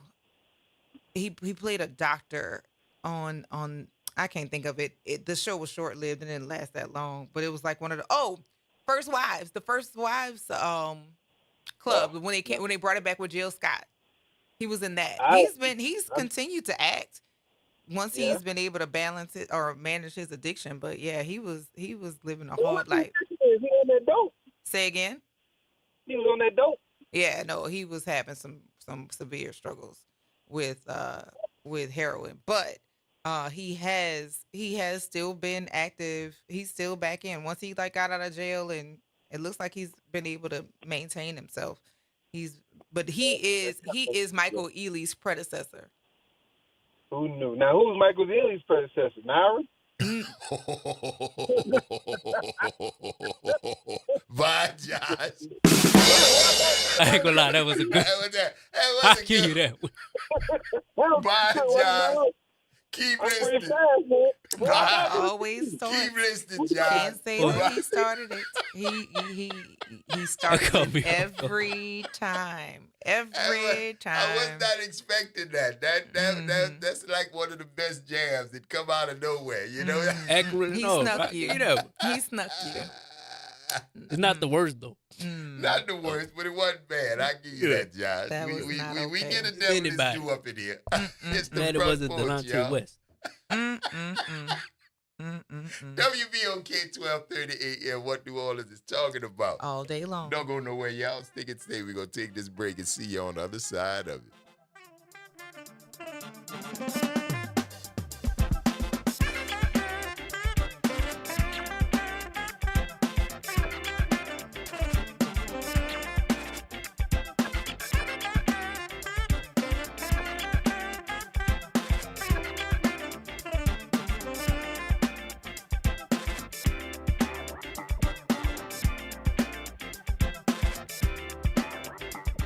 This is Monica Pierre along with Sally Ann Roberts Daybone, co-host of Your Power is On. Your Power is On gospel music show is coming on at a new time. Tune in Sunday mornings from 7 to 8 a.m. for music that feeds the spirit. Get your Sunday on. Right here on WBOK 1230 AM and WBOK1230.com, the station you listen to all day long. Hey, can you blow up some balloons for Jack's party? I can't. I'm so congested. You need Sinex Saline from Vicks. Sinex Saline Nasal Spray. Yeah, just Sinex. Breathe. Sinex Saline instantly clears everyday congestion associated with colds and year-round allergies with a gentle, ultra-fine mist that's no mess and easy to control. Daddy, we need more balloons. On it. Enjoy life's important moments without congestion. Try Sinex Saline from Vicks. Just Sinex. Breathe. Use as directed. Ever have one of those days where your gut just feels blah? Ugh, yes. Occasional bloating or gas could be signs that your gut is out of balance, but Align Probiotic can help. Align 24/7 Digestive Support is a daily use probiotic with a unique strain to help relieve occasional digestive issues. It's the #1 doctor-recommended brand. So when you feel the signs, it's time to try Align. Align Probiotic. These statements have not been evaluated by the Food and Drug Administration. This product is not intended to diagnose, treat, cure, or prevent any disease. WBOK and LCMC Health are proud to present Keeping You Well Cafe. 60 Minutes with LCMC Health, where the doctors speak directly to the people of New Orleans. LCMC Health is committed to improving the quality of care here in New Orleans, the Gulf South, and beyond. The Keeping You Well Cafe is another way for LCMC Health to engage with the community. At the Keeping You Well Cafe, LCMC Health joins WBOK and local businesses to answer your questions about wellness and health. You're on the Front Porch with WBOK 1230 AM.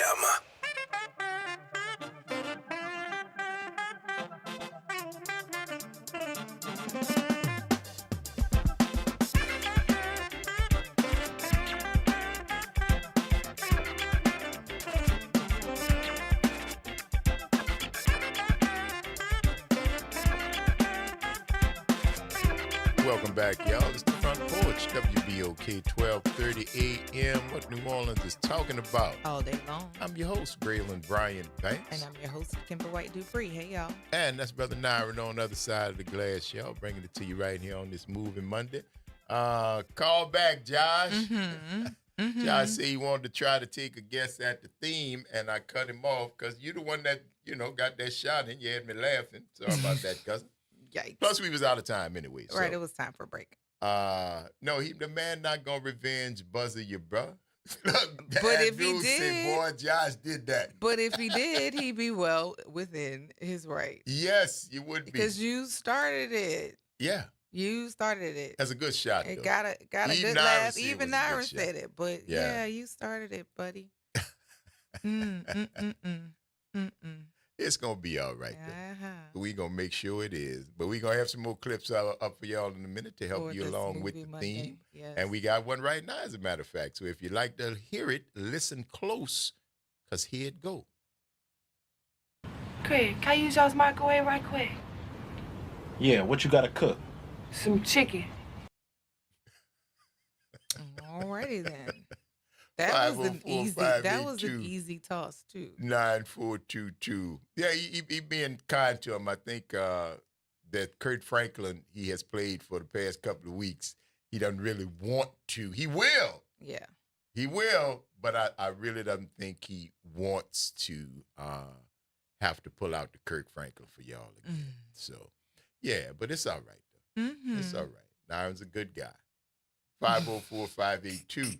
9422. Give us a call. Let us know if you know what that is. Lord. Right? I think you should. If you've been awake, and even I'm not fully pop cultured. Oh. But I know that. Yeah. Okay. I know that. Yeah. That's fast. That's fair. Yeah. Some stuff I don't, and I'll cop to it. You know me. Mm-hmm. If I don't know it, I don't know it. Mm-hmm. And I mean that's it. If I don't know it, I don't know it. But that's what I would have to do. I would have to come and study. If I was to go and learn that, I'd have to do all my pop culture stuff. Like, who is these people? I know who this person is, though. Good morning, Pamela. How you doing? Hello? Hello, Pamela. Oh, okay. I'm sorry, guys. The rain has fallen. I thought I heard you say my name. Your brain fell? I say my brain falling. Oh, Lord. The sky is falling right now, for sure. That actually sounds painful. Oh, Lord, help me. Oh, Somebody. I want to try to guess. All right. Okay, you crack me up. Is that Friday? Sir, is that Friday? Yeah, the movie Friday? Yes, ma'am. That's absolutely correct. That's Friday. Yes. Now, would you like to take a crack at the theme? No, I'm happy right here where I'm at. We're going to be happy then. You take that with you, and we're going to talk to you soon. All right, guys. Pal. Later. Alrighty. There you go. See that, Josh? Nobody was going to revenge Buzz you, man. Mm-hmm. You could have called and got you get it right or you get it wrong. Doesn't matter. There you go. And we just got the correct answer, which was Friday right there. Pam called and gave us that answer. So we are off to clip number 2. We've got 2 clips in, and both of them have been correctly identified. Okay. That's right. And, we're doing pretty good. We're doing pretty good. Not a stump. And we're within the hour of which that we've started playing the clips, because we didn't start playing clips until the second hour. So good job, everybody. There you go. Keep it going. There you go. And you get a trophy. And you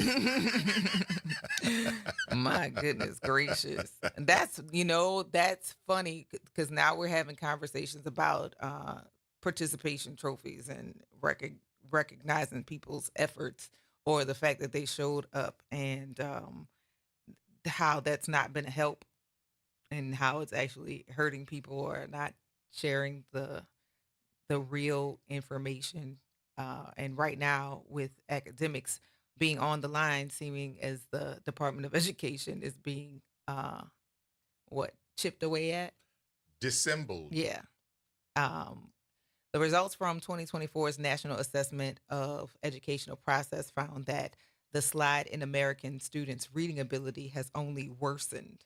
The percentage of eighth graders with below basic reading skill was at 33%, the lowest in the exam's 3-decade history. The percentage of fourth graders below basic was the largest in 20 years, 40%. So keep talking about that 18% of improvement since, since the start of, since Katrina. Nationally, we're not doing well, and in statewide, we're definitely not doing well. And right now, the conversation is about teachers having direct conversations with their students, telling them that this is where you are, and it's not where you're supposed to be. That's right. And since we're worried about people and children getting their feelings hurt, I think if you tell somebody what needs to be improved upon, that gives them a goal to reach for. But there's a lot of honesty conversations that we need to start having with people versus, you showed up, you came to class, good job. Congratulations to you. That was the beginning of the end right there. This whole idea that you did not have to be the best, that you did not have to try. Well, I'm sorry, I'm saying that wrong. That you didn't have to try your best, that you didn't have to put forth an effort because mediocrity was okay. That's cool. You showed up. Look, we gave you a trophy. Just thank you for rolling out of bed and getting here. For that, you get this. No. And you win or you lose, man. It's just, it's not an made indictment. it or you've not. And so a conversation has started that when one teacher has said that a big reason why 54% of adults can't read at a 5th grade level is because no one ever told them that they were. So on Thursday, was it? I think it was Thursday. I had efficacy conversations with my students, and they seem to have not been accustomed to having those conversations, which was understandable also, but it's like at some point we've got to start saying what it is and so what you can do to improve. And progress reports went home the next day.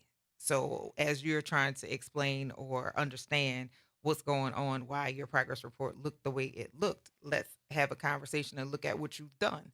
And I thought I was going to have some tears that day because there is a culture, I think, among this age group of kids that they don't expect to be corrected. And so I was expecting to hear, well, I do this part, I do that part, and trying to give some justification of why. And I didn't have any of that. It was pretty cool. And as a matter of fact, one student reached out to her coach and asked her to call her mom and said, like, this is where I am, but if I do these things, I can bring it up, which was, I was surprised. That's I awesome. definitely was not prepared. I was prepared for a different reaction. That's awesome. I definitely was prepared for a different reaction. But when we had those efficacy conversations, now you know where you are. It's not some arbitrary thing that happens when progress reports go home. But now that you know where you are and there is something that you can do about it, you have the opportunity to do it. Now, I can't make you do it. Right. And if you don't want to, you won't. Right. But it won't be because, oh, this teacher don't like me, or because some reason that is beyond your own fixing. So yeah, that was pretty cool. That is cool, man. That is cool. That's a good thing. Yeah. Then when that light goes off, it's beautiful. Yeah. It is beautiful. It's the Front Porch, y'all. WBOK 1230 AM. What New Orleans is talking about. All day long. Don't go nowhere, y'all. It's Moving Monday. I promise you. We going to have several more clips for you on the other side of the break. So stick and stay, and we going to see ya on the other side of the break. that thunder? That sounds exactly like thunder.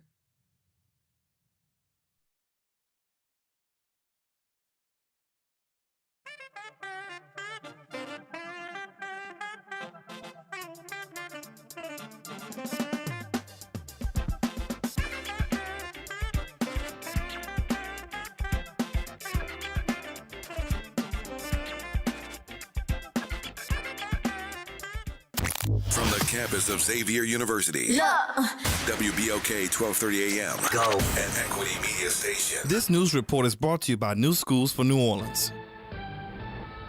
I'm Bree Wood with 4 things you should know with BIN News. A coalition of Black Queens legislators are backing former Governor Andrew Cuomo for New York City mayor over Black New York City Council Speaker Adrian Adams and incumbent mayor Eric Adams. Senator James Sanders says Adrian Adams was hurt by entering the race late. 2 families were awarded $750,000 in a racial discrimination lawsuit against Regina Turner, the owner of a Virginia campground. Turner refused to rent to them because one of the campers was black. The families received $100,000 each for the incident and $550,000 in punitive damages. 2 wildfires in western North Carolina, each over 2,000 acres, doubled in size in Polk County. Mandatory evacuations were issued, and the fires have burned over 5,200 acres so far. And legendary boxer George Foreman passed away at 76, surrounded by loved ones. A 2-time heavyweight champion and gold medalist, Foreman was known for iconic matches against Joe Frazier and Muhammad Ali. Get BIN News on demand 24/7 on the iHeartRadio app. Attention New Orleans educators. Are you ready to transform literacy education in your school? The 2025 Literacy Leader Cohort is a 2-year program designed to empower middle and high school leaders with cutting-edge science of reading training, coaching support, expert-led workshops, and earn a $3,000 stipend. Apply by March 21st to lead the way in reshaping literacy for our city students. Don't miss this chance to grow and make a lasting impact. Visit newschoolsneworleans.org to apply and learn more. You're on the Front Porch with WBOK 1230 AM.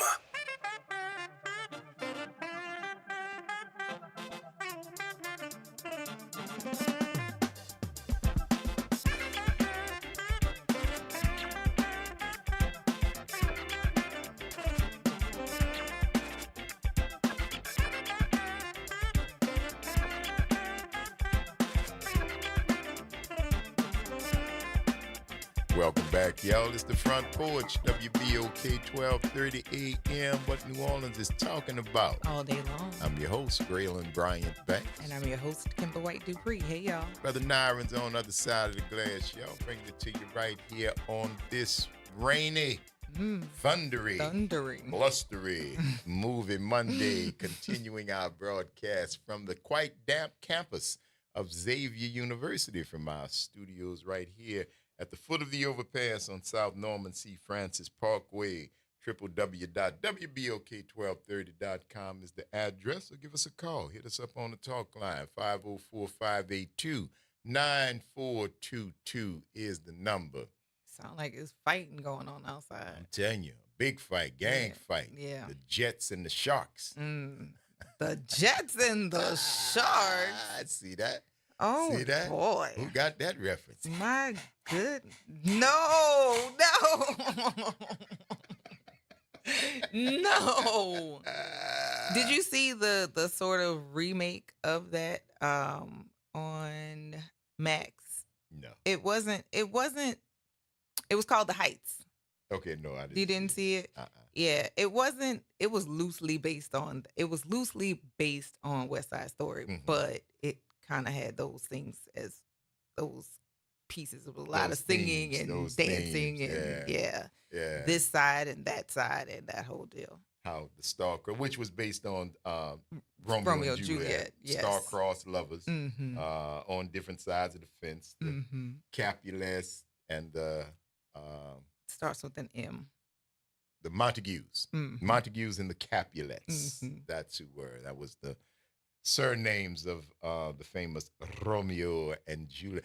Your name ain't my name is not Romeo, and you're no Juliet. Things that are timeless and find places. I mean, they continue to resurface in pop culture. That's right. Yeah. That's right. I actually was going through the library trying to get rid of books and old things that these old children or young adults don't use anymore. And I came across a copy of Romeo and Juliet, and I was like, oh yeah, that's right. We did do reading stuffs. There you go. And I And have a which is ton still a of books part. I have to get out of my house. I still do that. We do reading beats. Come here. Let me see what you learn. Come on. Show me. Oh, you got to. Your ability to speak means nothing to me if you can't read. You can be as verbal as you would like to be. You can talk up a blue streak. That's great. Now read this for me. Well, that's a part of what's been the issue on the Breakfast Club lately, because Angela Yee started her own radio show and podcast. I guess she is no longer a part of the trio, of the original trio that we knew the Breakfast Club was, and they had done a search for a new host, and Jess Hilarious became the person who filled in, that role, but she's not a journalist, and while she was out on maternity leave, she had a person who was a journalist in her that replaced her. Right. Well, stood in for her while she was on maternity leave. And so part of the issue that she's having since she's been back is that the audience pays attention to the fact that Jess can't read well. She's funny. She delivers like she's a comedian, and she does good anecdotal pieces to conversation, but her not being able to read well it's a detriment, man. Yeah, and it it's a just part of be an issue that they're having since she's I didn't know returned. he was having an issue, but I can see why. You got it, and that's not because of your show. That's for you. Yeah, that's that. I give a damn about your show, but if you are a grown person in this world right now, and you're struggling to read, there's no reason for that. You can do something about that. You can do something about that. So, physician, heal thyself. In this particular case. So I don't. Well, Mark says it's rumored that she's illiterate. I don't think that she has a problem with being able to read. I think her ability to read on command is probably the issue. Public speaking off the cuff is something that she does well.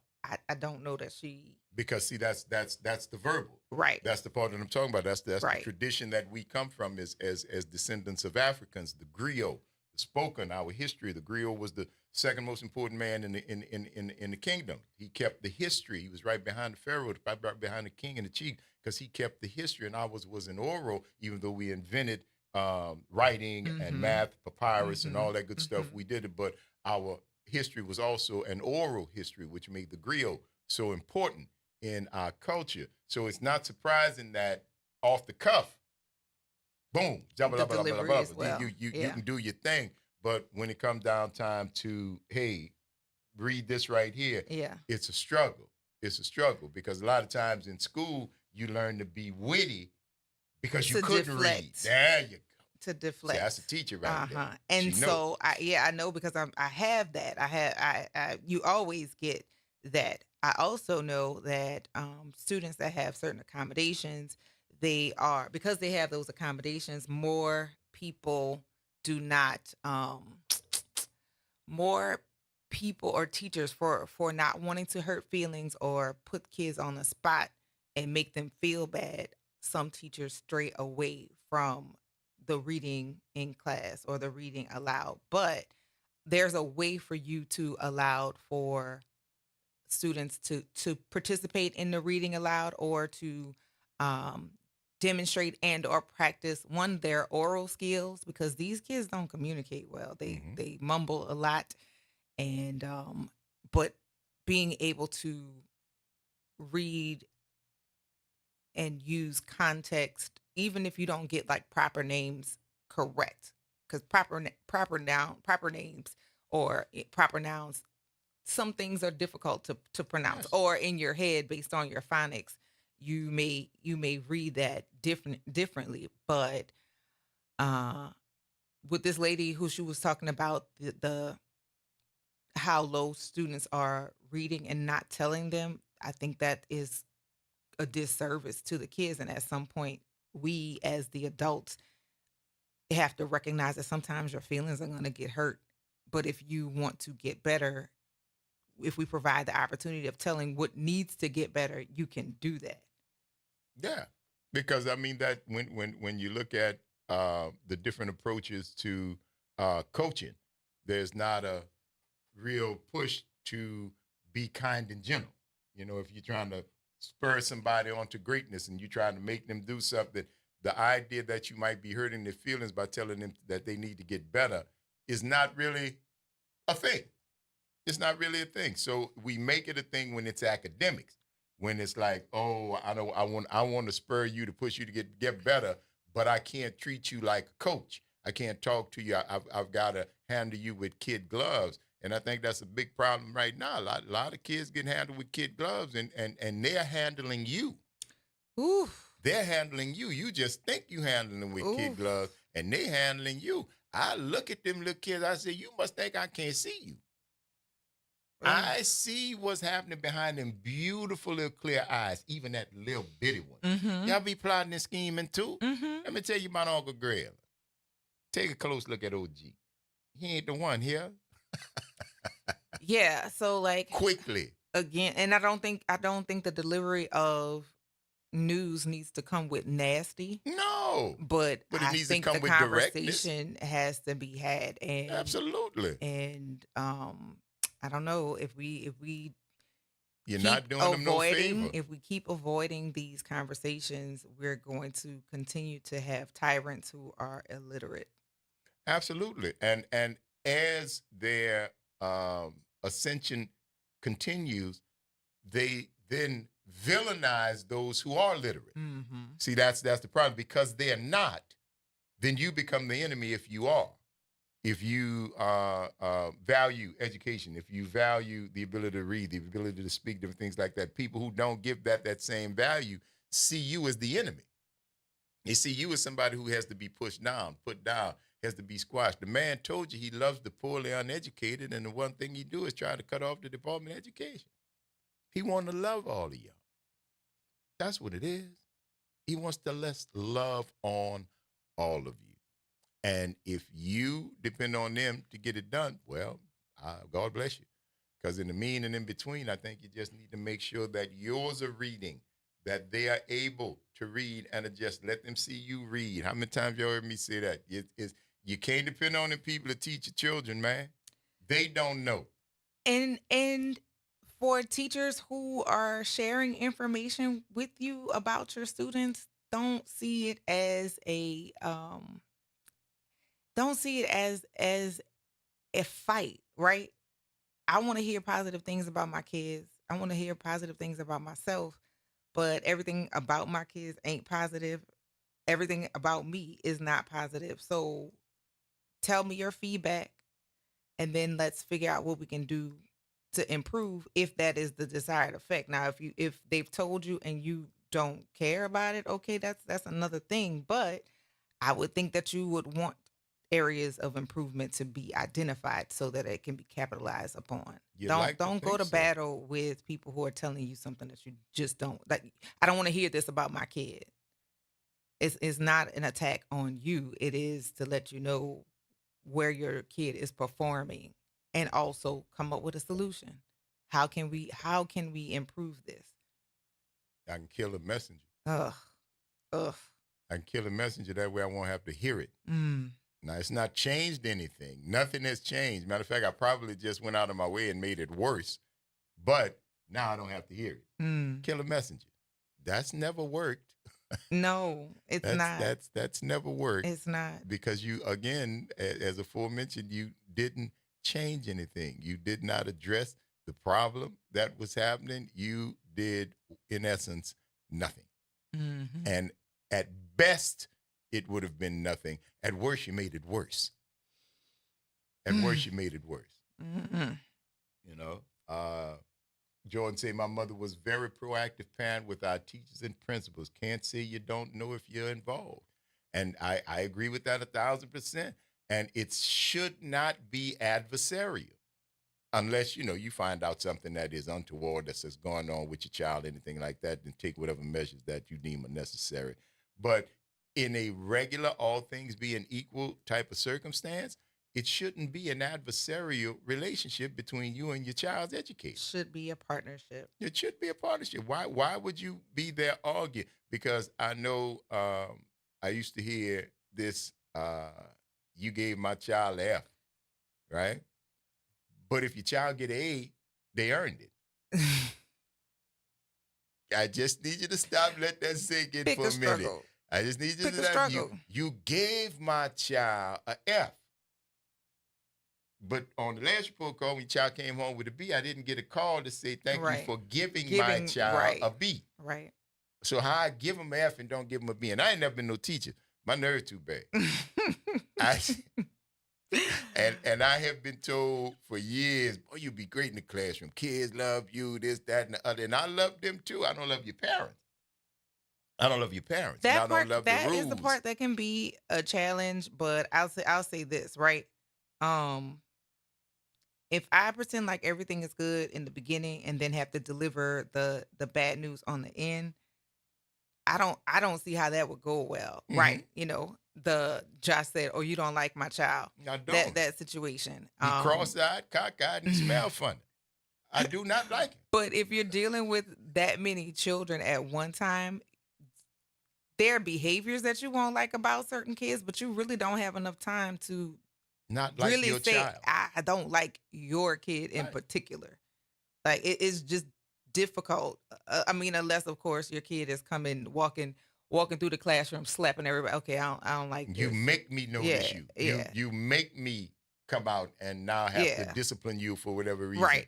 Yeah. But if you're doing what it is that you're supposed to do, I may not. I rarely, and that becomes a problem also. That becomes a problem also. If you are a kid who's always doing, and the focus is always on the kid who is not doing what they're supposed to do, then if I'm not getting any attention for doing the right things, I need some attention, I'm gonna find a way to do so. And I see where the attention is going. Right. I see where it's going. Every time this boy do something, you always go, oh, la, la, la, la. I'm sitting here trying to do the right thing, and y'all don't even notice me.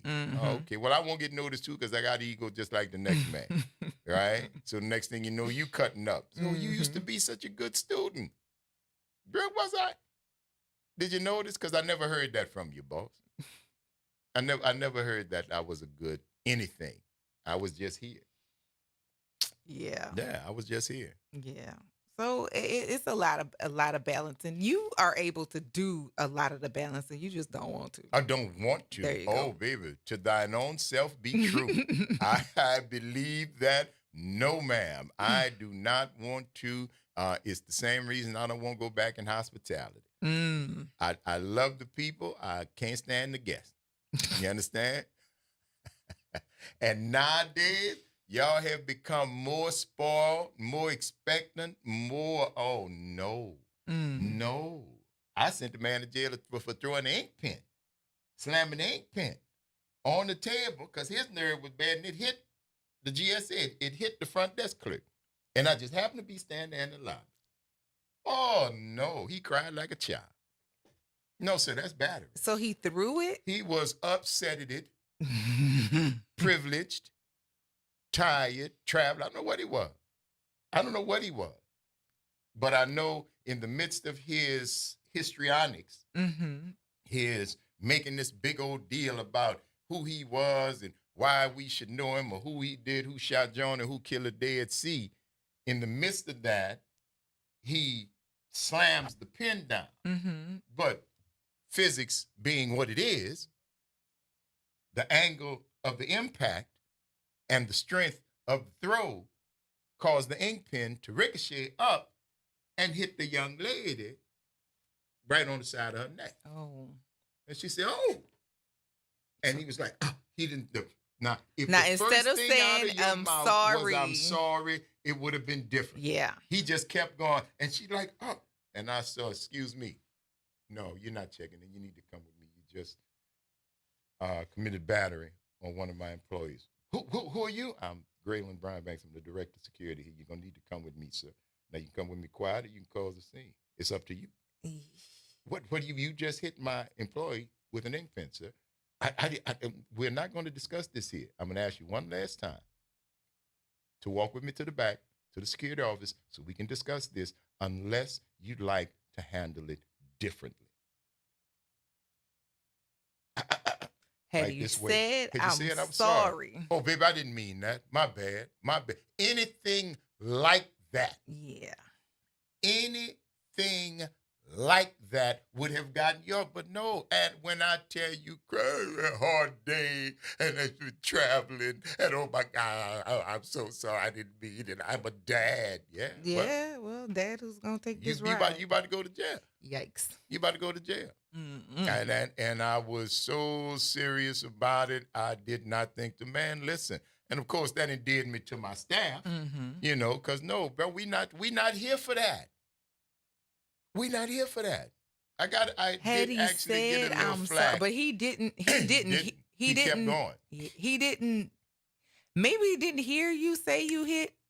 Oh, I don't know. I know he saw that girl do that. Oh, I know he saw that. But of course, that couldn't have been his responsibility. He kept going right on that. That's her problem. Yeah, well, it's your problem now, boss. It's your problem now. Yikes. Yeah. And I was asked, you know, in the future to, you know, maybe de-escalate and put him out. We don't need to involve. And I said, okay. Because I know how to say okay.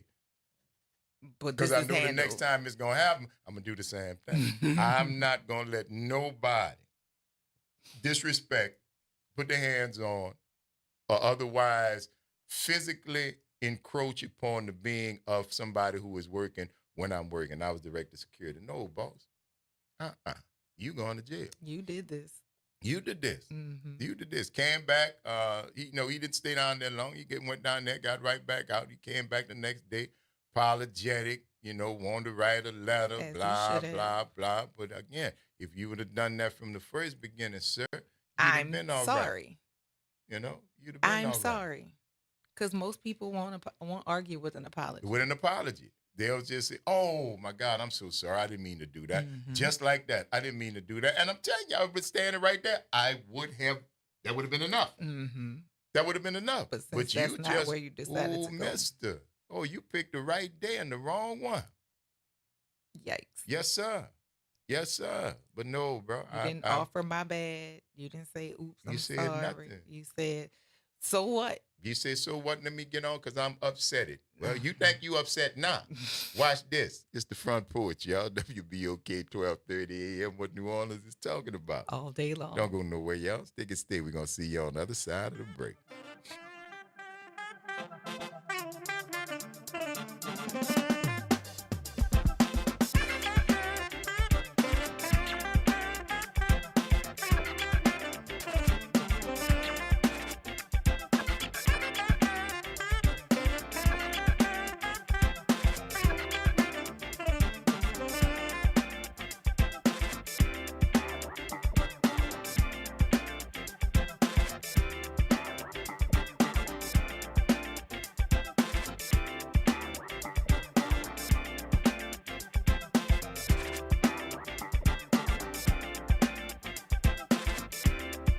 New Orleans, are you ready? A fresh voice in the city is here, bringing you the beats, the culture, and the stories that matter. From local music and food to real talk on what's happening in the streets. We've got you covered. Stay tapped in. Follow us on all platforms at WBOK 1230 for the latest updates and exclusive content. Your city, your culture, your news. Don't just hear about it, be about it. Follow WBOK 1230 now.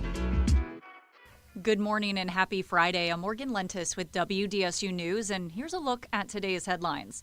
A new report from the National Transportation Safety Board finds that dozens of bridges across the country are in critical need of assessment and repairs. That includes several in Louisiana, specifically in the New Orleans metro area. The report lists the CCC, the Huey P. Long, and the Luling Bridge, just to name a few, saying they have an unknown risk of collapse if hit by a vessel.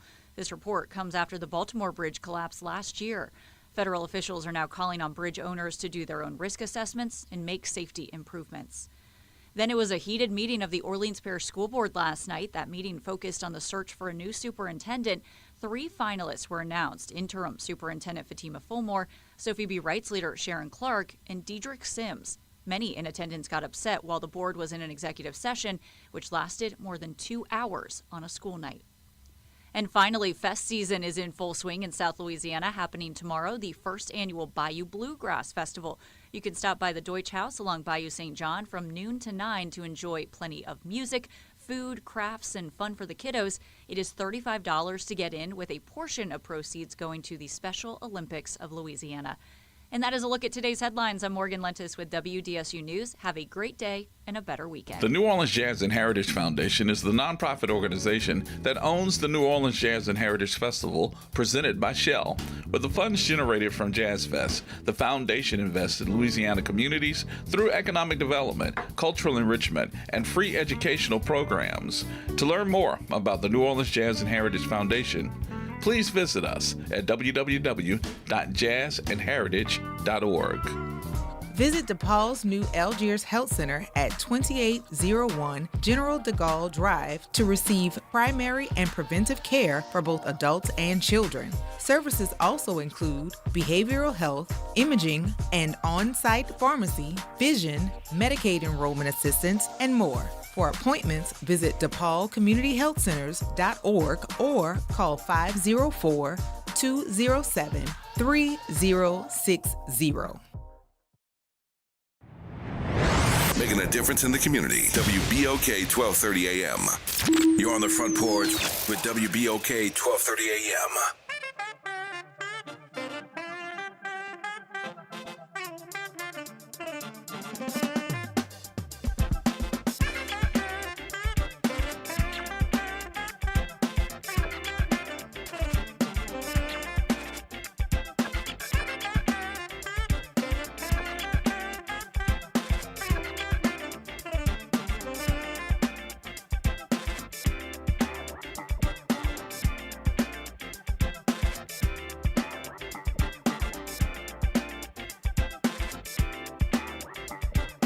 Welcome back, y'all. It's the Front Porch, WBOK 1230 AM. What New Orleans is talking about all day long. I'm your host, Graylin Brian Banks. And I'm your host, Kimber White Dupree. Hey, y'all. Brother Nyron's on the other side of the glass, bringing it to you right here on this Moving Monday. Y'all, thank you for rolling with us.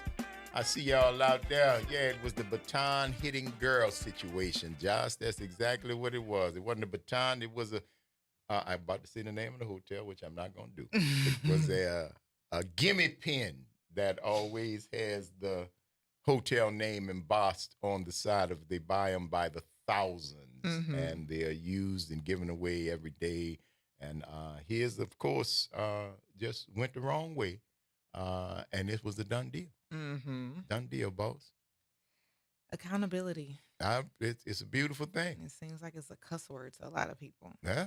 But you make me accountable. You make me. You make my children accountable. You make them accountable even if they ain't do nothing. You can mistake 11-year-old for a grown man and kill him, and then hold a child accountable for looking too grown. So no, I don't. You give me the opportunity to hold you just as accountable as you hold me. Oh, baby, it's coming. Ooh, I wasn't no megalomaniac, but I certainly I was not afraid to use the power I had been given. I can tell you that. I was not afraid of that, because that happens in some cases too. People get a job, but they don't want to do the same job that the other people did because you don't want to step on no toes. Man, move your feet. Put your feet in your pocket. That's what I'm going to tell you to do with them. Put your feet in your pocket. You don't want your toes to get stepped on? Put your feet in your pocket. That's what you do. Get them out the way. I don't know when this is all going to become balanced, if it will ever become balanced. Well, I don't know. You know me, balance you. Balance you. You can't balance the world. Balance you. So if you get balanced, you're not going to get knocked out of balance by the world being out of balance. Balance you. Because when all these bad boys swinging and spinning and caromming off this side, that side, like 12, 15 balls when you break a rack of pool, they bouncing everywhere. And you want me to keep up with y'all? Nah. I'll be the cue ball. I'll be the one breaking y'all. I'll be the one spinning you. because I'm not going to let you spin me. I'm There's just that. not. I'm not going to let you spin me. I refuse. I don't want to play. I'm done. I don't want to play. Yeah. I'm finished. Now that we are, what is this? March. We're almost at the end. Yeah, we're rounding out the end of March and all of the things that have come into play. I wonder how people are going to motivate themselves now that it's a new election season, because campaign is happening right now. People are running for different council seats. People are running for mayoral seats. People are running for congressional seats.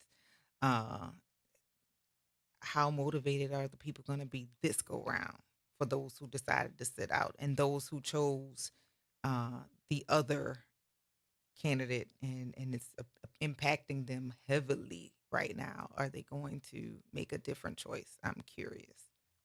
I don't know, because you're going to have to, through word or deed, align yourself either for or against the policies that are in play. There's no two ways around that. You're going to have to, whether you pick a side publicly or not, you're going to have a side assigned to you based on what your responses are to particular questions, where your position is on particular topics. You're going to get assigned to a team. Now, is that fair? I don't know. I think fair is probably got drowned right along with Gimme. Yeah, you know Gimme got drowned. Gimmy's still around though. Well, I don't know. Gimme on hard times. I can't find Gimme. Matter of fact, I'm not looking for it, because I know a lot of times Gimme don't just Gimme. Gimme come with stuff. Gimme come with stuff. So no, the whole idea of not being one, because that's where we are right now. We are so tribal right now. You're either going to pick a side, or a side's going to be picked for you. Where are you on it? Where are you on it? And if you are seen as being too progressive, then you're not on my side. If you are seen as being too conservative, then you're not on my side. But where's the middle? There is none, because they keep moving it. Because they keep moving it. So it's going to be an interesting campaign. I can say that. It is going to be an interesting campaign to see what becomes the themes, to see what becomes the important campaign issues that are bandied about and discussed during this next cycle. I am very interested to see what takes top level importance. You know, who is doing what? What means something to you, and what hill will you decide is most important enough for you to die on? Or is there one? Or are you one of those candidates who have been blessed with situational ethics and morals, that you don't really have to pick a side because you don't know what the problem is? Once you figure out what the problem is, you tell people what side you're. You don't have a side before the problem comes up. You don't have a foundation where you stand. You wait until something happens and then tell people what you stand on with that, because you're afraid to say it in the beginning, because they might put you somewhere where you don't want to be. But we're going to learn, because you're going to have to come out and talk about what it is that you plan on doing. You're going to have to. There's no two ways about that. That part of politics has not changed. And that is the part of politics that opens you up for the slings and arrows. And that is when the people decide to get to tell you who you are.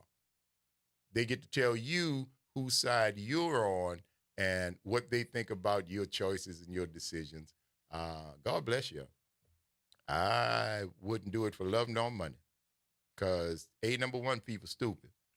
Number one, and they're never satisfied. You please one, you pee off somebody else. You pee off somebody else, and then this one used to be happy, but they ain't happy. It's too much, because y'all don't know what you want half the time. And I really applaud the people who would throw their hat in the ring to deal with y'all, the public, the voters, with this temperature that is going on right now. the apathy, the distrust, the again tribalism that is going on right here. It is a lot to digest, and for anybody who just thinks that they want to get inside that machine for whatever reason, baby, I listen, respect.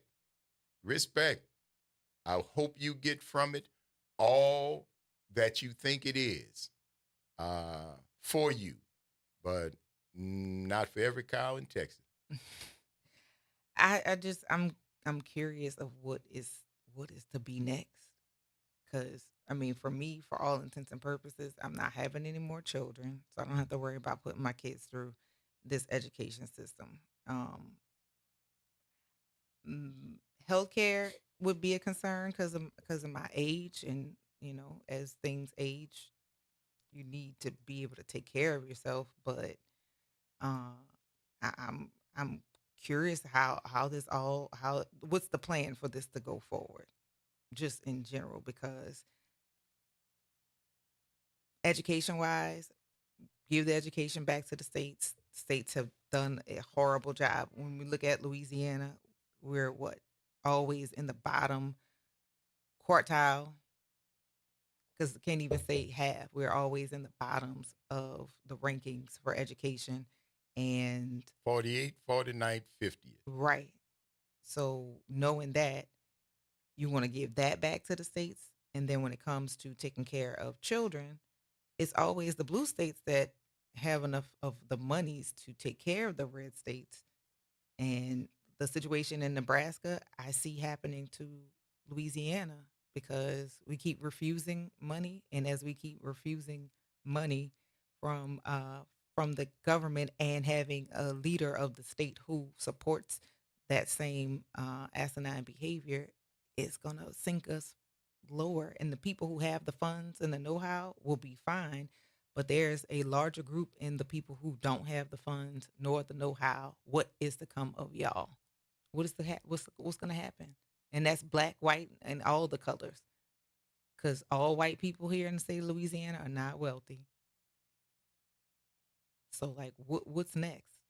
I love the poorly educated. I would have man told y'all.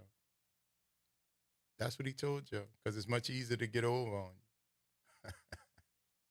It's much easier to get over on you. To your own detriment. To your own detriment. And it's not, you help him.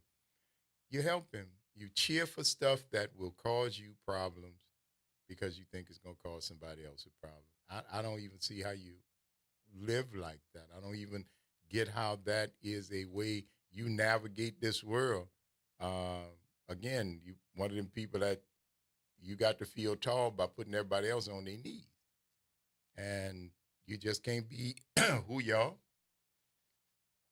Chuck says, pure circus in D.C. WWE founder Vince McMahon wife over the Department of Education. This is what we want, kids. This is what we want. This is what you voted. As the man told you, that was part of Project 2025, in case you never took the time to read, because it was printed plenty times in plenty places. If you just never taken the time to read it, you can probably get a bullet point breakdown of what 2025 in. But the man who was the author of it is saying that it is operating beyond his expectations. This was a wish list of things that they hoped they would be able to do. Project 2025. It was a wish list. If we could put fascism into this democratic experiment that we call America, let's see what it would look like. And that was Project 2025. And the cat who put it together say it is operating beyond his wildest dream. The dismantling of democracy, as you sit by and watch. And cheer, some of y'all. Some of y'all are cheering. Absolutely. And the ones, once you find out where you sit, once the lines are actually drawn, it's going to be too late. Once y'all figure out who is really being impacted overall. I have met the enemy, and it is us. We got another movie, bro? we got another movie for y'all, man, because it's Movie Monday. We didn't forget. We was just talking about stuff. You know how we do on the porch. But we do have another Movie Monday clip right here. It is queued up and ready to play. So if you'd like to hear it, listen close, because here it goes. Small apartment, about half the size of that house I bet you stole. Hey, I worked hard for that house. I'm proud of it. I have a 7-year amortized sub-rate. It's amortized. Well, no, they're not. that's I can't get into that. You're not going to get it. Okay. 504-582-9422 is the number. You recognize that clip from that particular motion picture? Give us a call right here on the Front Porch. Let us know what you think if you'd like to venture a guess. Amortize is a difficult one to say. Amortization. Yeah. That's right. Amortization is a EBITDA, difficult. earnings before taxes, income, revenue amortization, and something in amortization. EBITDA. Yeah. That's that whole thing. It's a difficult one to say. Yeah. Especially when you're flustered. Yeah. or don't know what the hell it is. That would never be one. That would never be one that you would use in the heat of an argument. It would not land, or you probably wouldn't get it out well. Or you can just be that cold. Because some people, when you get mad, you get cold. You don't get heated. Mm-hmm. So, you would use that word in its proper context and enunciate every syllable when you are just trying to cut someone because your anger is such that, No, 504, you know about I that. do. I do. He makes the sign of the Z. Good morning, Waleed. What's happening with you? Good morning. How y'all doing? Good morning. We're doing all right. How you? Doing all right. I can't complain on the rainy Monday you did. Yes, right. On the little rainy Monday, man. It's not too bad, though. I'm inside. Yeah, straight like that. But I think the name of that movie is Tammy. You think the name of that movie is? Tammy. Close. Oh. Close. Oh. It's all right, though. Okay. Keep listening, cuz. All right. All right, Catch y'all later. All right, later. Waleed got you was like, wait a minute. That was a buzzer. I wasn't expecting no buzzer. It's all right. 504-582-9422. Okay. Light bulb just went off. Got it. Okay. Yeah. Are you a fan of that actress? Which actress is that, dear? Is it Melissa? Melissa McCarthy. Melissa McCarthy. Kind of heavy set, comedian, kind of white lady. Is she what? Not kind of. She not kind of. She's a big girl. Yeah. But she's lost some weight though. I see her because I thought I wanted to try to differentiate between her and the other lady, Amy Schumer. Mm-hmm. Amy Schumer. That's you see that's who I'm seeing. But yeah, what about her, Melissa? I can't say no. I'm not a fan. I don't know her. Again, I just thought she was Amy Schumer. She's funny. She's a slapstick funny, but not to the extent of Chris Farley. Because Chris Farley was all slapstick, all physical comedy. Yeah, but definitely. Yeah, her delivery is often very on time. Okay. Yeah, she's funny. I have to check out. Did you? I haven't. I know you didn't see it, but did you? I'm gonna ask anyway. Please, go right Did ahead you see now. the movie Bridesmaids? I know you didn't, but I had to ask anyway, just to see if you possibly saw it. I like the way you did that. It's like, say, man, Yeah, and I know you didn't see it, but I'm gonna surprise you one of these times. She's hilarious. In one of them movies that you didn't think that I did not see, and I'm gonna been and saw it. Yes, Waleed, Bridesmaids is hilarious. It is. I'm gonna have to watch it. Ridiculously hilarious. Hey, Josh. Good morning, baby. What's that? What's happening? I'm gonna let Waleed call back and get that again. I'm gonna just go for the theme. Okay. Whoa, wait, mister. You can't venture a guess at the theme unless you first venture a guess at the movie, because you have to earn a guess at the theme. And since you didn't call back after your last one, there you go. What do we do? Which things up in real time, huh? I don't know that it's ever been that you ever been able to call and just give a theme guess. Yeah, no, we never. You give the theme afterwards. You can't just call and give the theme. Sorry, Wiley, bro, but that's identity. Yeah. My bad. No worries. You got it right. So how's your bad? I ain't want to do that to you, Wiley. And I like Melissa McCarthy movies. They be funny to me, man. Okay. I haven't watched any, but I'm gonna have to watch Bridesmaids because y'all give it 3 thumbs up. It's funny. All right. She's funny, bro. She's funny. Especially that little tandem with I always get this one mixed up with Julia Roberts. Well, who's that she's in the movie with? Sandra Bullock. Sandra Bullock. Uh-huh. That's thing, right? Wait, what? Isn't Sandra Bullock involved with Eastern High School? Yes, you're absolutely right. Sandra Bullock is kind of like a patron of some sorts to whatever. at Warren Easton. Yes, she is. Yeah, I got it. That's why I always get her right with that. All right, but theme, since it's Woman's Month, is it crazy women in movies? Crazy women in movies? Yeah. Like, it's all right. Let that marinate, and we're going to be right here. I ain't going to tell you nothing else. Let that marinate, and we're going to be right here. All right? A little bit. A little bit more. There you go. All right? All right, bro. Josh. No, she is smart and funny. And she does a little physical comedy too, but no, I'm gonna have to watch. She's very smart, alecky, and she plays layered roles of people who you think are entertaining, but also aggravating at the same time. Okay, so you can identify people in her characters. All right, yeah, all right. I'm gonna have to check her out, man. Jordan says she's great. Identity Theft.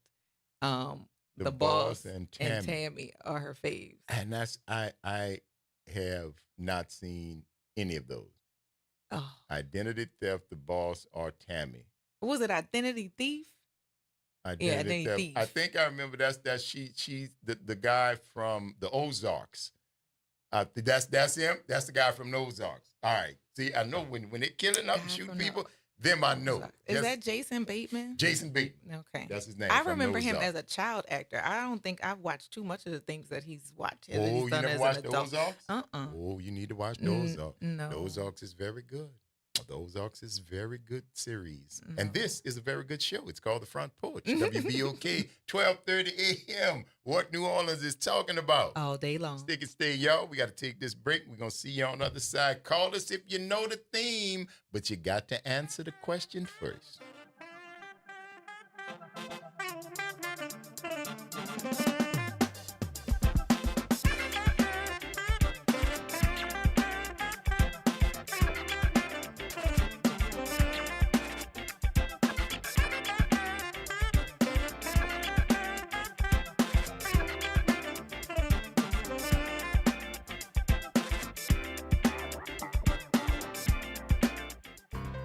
Hi, this is Cary Grant. Let's elevate every Tuesday through Thursday from 6 to 7 p.m. as we discuss the community, the country, and the world, from politics to current events and sports. We look forward to your input and continuing the quality programming on your community station, WBOK. Join us every Tuesday through Thursday, 6 to 7 p.m. on Elevated Conversations, the Arnie and Cary Show.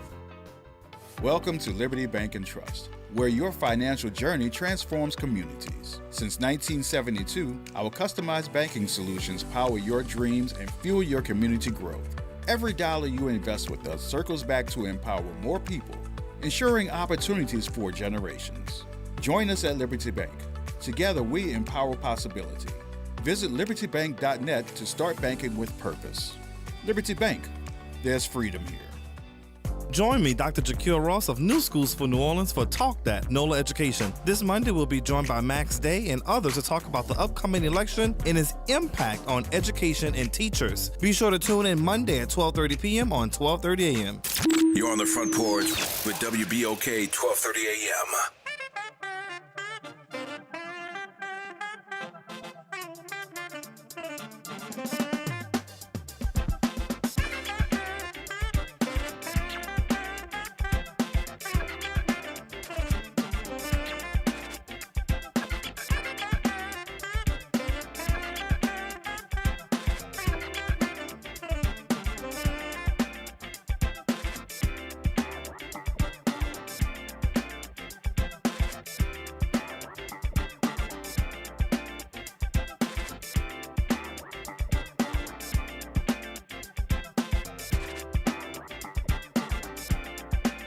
Welcome back, y'all. It's the Front Porch, WBOK 1230 AM. What New Orleans is talking about. All day long. I'm your host, Graylin Brian Banks. And I'm your host, Kimber White Dupree. Hey, y'all. Brother Nyron's on the other side of the glass, y'all. Bringing it to you right here on this Moving Monday. The theme is still out there. Mm-hmm. So give us a call. Let us know. We got one more clip, sir?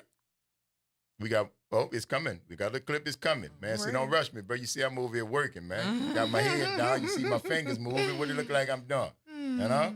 All right. He gonna let me know when he ready, y'all. We'll let y'all know. But a few minutes ago, we were actually talking about Club Nouveau to find out if they were still, around and doing things. And they are, because when you click on Club Nouveau, which came from the Client Timex Social Club, Club Nouveau, and they're still touring. But it took us to an old school cruise 2026, and we were asking about so many of the old school people, were they still around, right? What they were doing. Mm-hmm. Well, the old school cruise 2026, 5 nights to Cabo San Lucas from April 28th to May 3rd, features Taylor Dane, Keith Sweat, War, Lisa, Expose, Shalimar, Warren G., Color Me Bad, Baby Bash, The Manhattans featuring Gerald Alston, The Original, Lakeside, The Intruders, Climax featuring Bernadette Cooper, Heat Wave, Lighter Side of Brown, Club Nouveau, Bloodstone, Trinaire Alon. I don't know who this is. At A-A-L-O-N, Alan Alon, Mike Torres Jr., and Oliver Kai. That's going to be going on, man. So that was several of the people who y'all was asking about when we were talking about what happened to this one, that one, and the other one. They are still out here. Nobody mentioned Color Me Bad or Heat Wave, but it's good to know. And Bloodstone. What is Bloodstone? And I'll take to the sky. That's Bloodstone. What other songs did they have? Bloodstone had Natural High, and I think 2 other hits that I can't think of right now, but their biggest chart was Natural High. Okay, because I'm looking at some of these artists, and I'm going, I don't know who they are. Lakeside, of course, I know. It's All the Way Live. It's All the Way Live, Lakeside. I know that they've had a catalog that I could recognize songs if I heard them, of course. You know the Manhattans. The Manhattans, yes. I don't know Baby Bash. I don't either, but Lisa, I do know. Taylor Dane, I know. Keith Sweat, I know. War. Expose. Who doesn't know? Expose, I don't know. You don't know Expose? I recognize because they're on the top line of the thing. So is that Weak in the Knees? Or is that SWV? That's SWV. That's SWV. Yes. See, but I know they're a girl group. Yeah. They are that, but Warren G. Know who that is. You know who Warren G is. Of course, no, I know Warren G is. Shalimar, absolutely. for sure. Regulate. Yes, indeed. Shalimar, Color Me Bad. Yes. Climax. I didn't know that they would be old enough to be with that group. With the old school crew. Yeah. Yeah. I didn't know they Climax, were old enough to be with that group. featuring Bernadette Cooper. Of course, Heat Wave. Mm-hmm. You know Heat Wave. Mm-hmm. I don't know Groove Lighter Line. Shade Is that of Groove Line? Groove We're Line. riding That's right. on the, yeah. Mm-hmm. Lighter Always Shade of Brown. Forever. Yes. Slow Drag. Yes. Oh, yeah. Yes, Have definitely. mercy. But Lighter Shade of Brown, never heard of them. Nope. Club Nouveau, of course. We talked about them. Mm-hmm. Bloodstone, Natural High. Bad folks right there. Mm-hmm. Trinaire, T-R-I-N-E-R-E. I do not know. I have no idea.